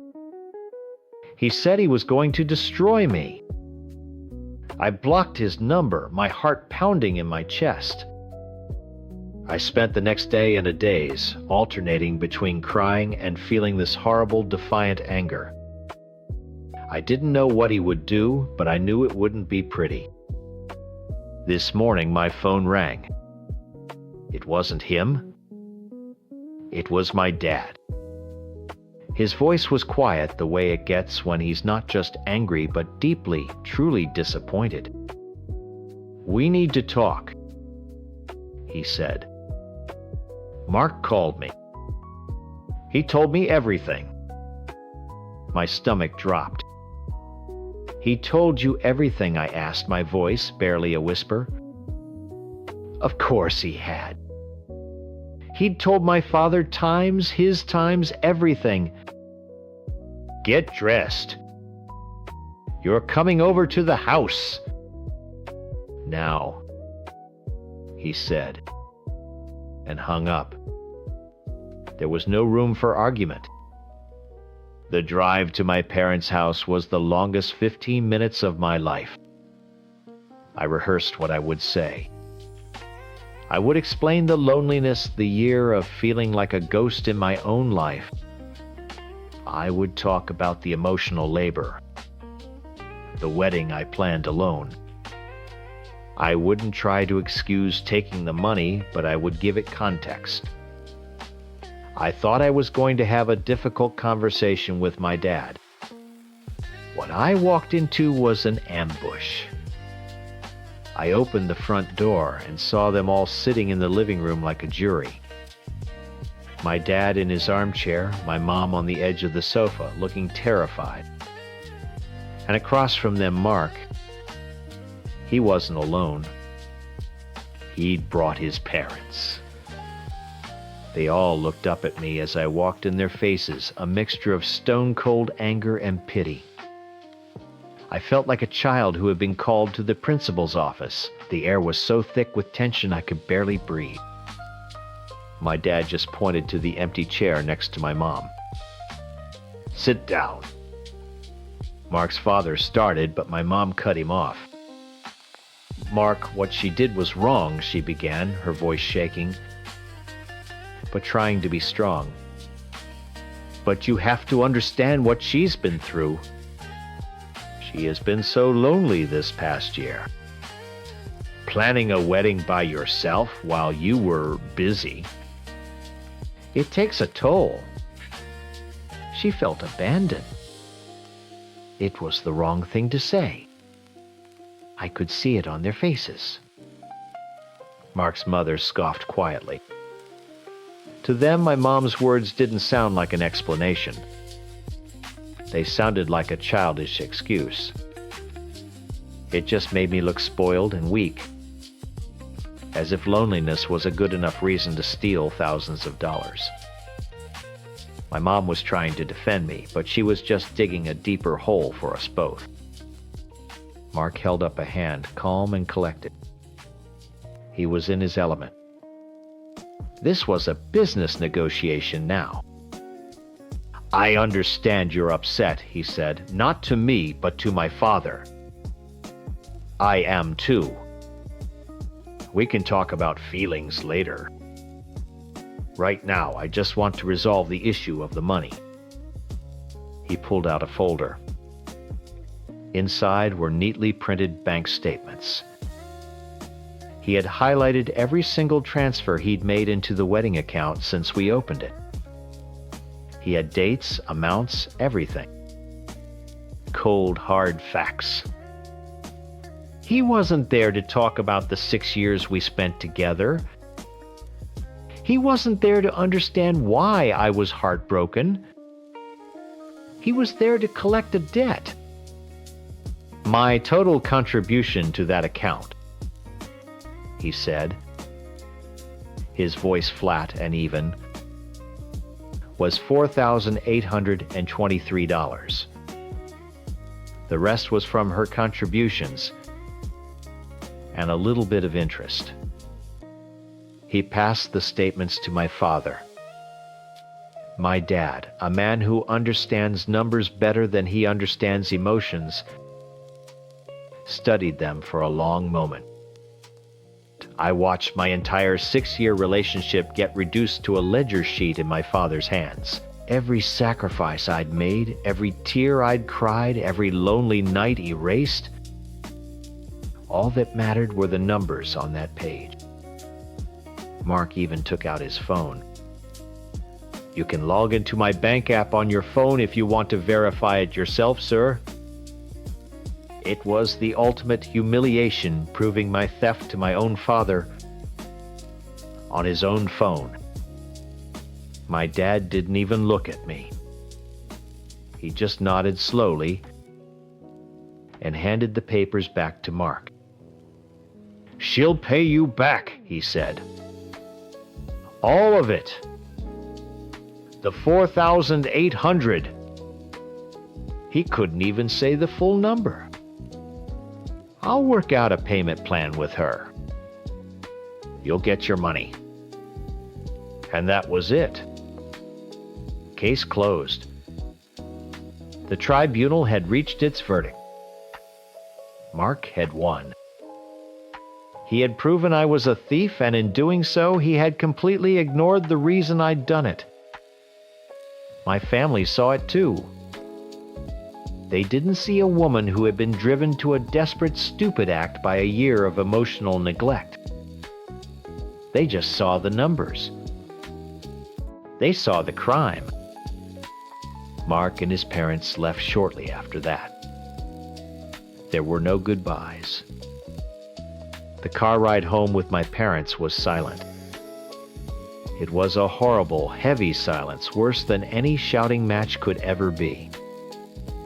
When we got to my apartment, my dad turned off the car, but didn't make a move to get out. "I don't even know who you are anymore," he said, staring straight ahead at the windshield. "We didn't raise you to be a thief." "Dad, please," I begged, tears finally streaming down my face. It wasn't about the money. He left me. He was gone for a year, and he just expected me to wait and plan a party. "I don't want to hear it," he cut me off. "You can feel however you want to feel. It doesn't give you the right to take what isn't yours. You embarrassed me. You embarrassed your mother. You embarrassed yourself." I was left with nothing to say. He was right about the act, but so wrong about the cause. He had agreed to a payment plan. He would pay Mark directly every month, and I would pay him back. I was a 8-year-old woman, put on an allowance by her father to pay back the man I was supposed to marry.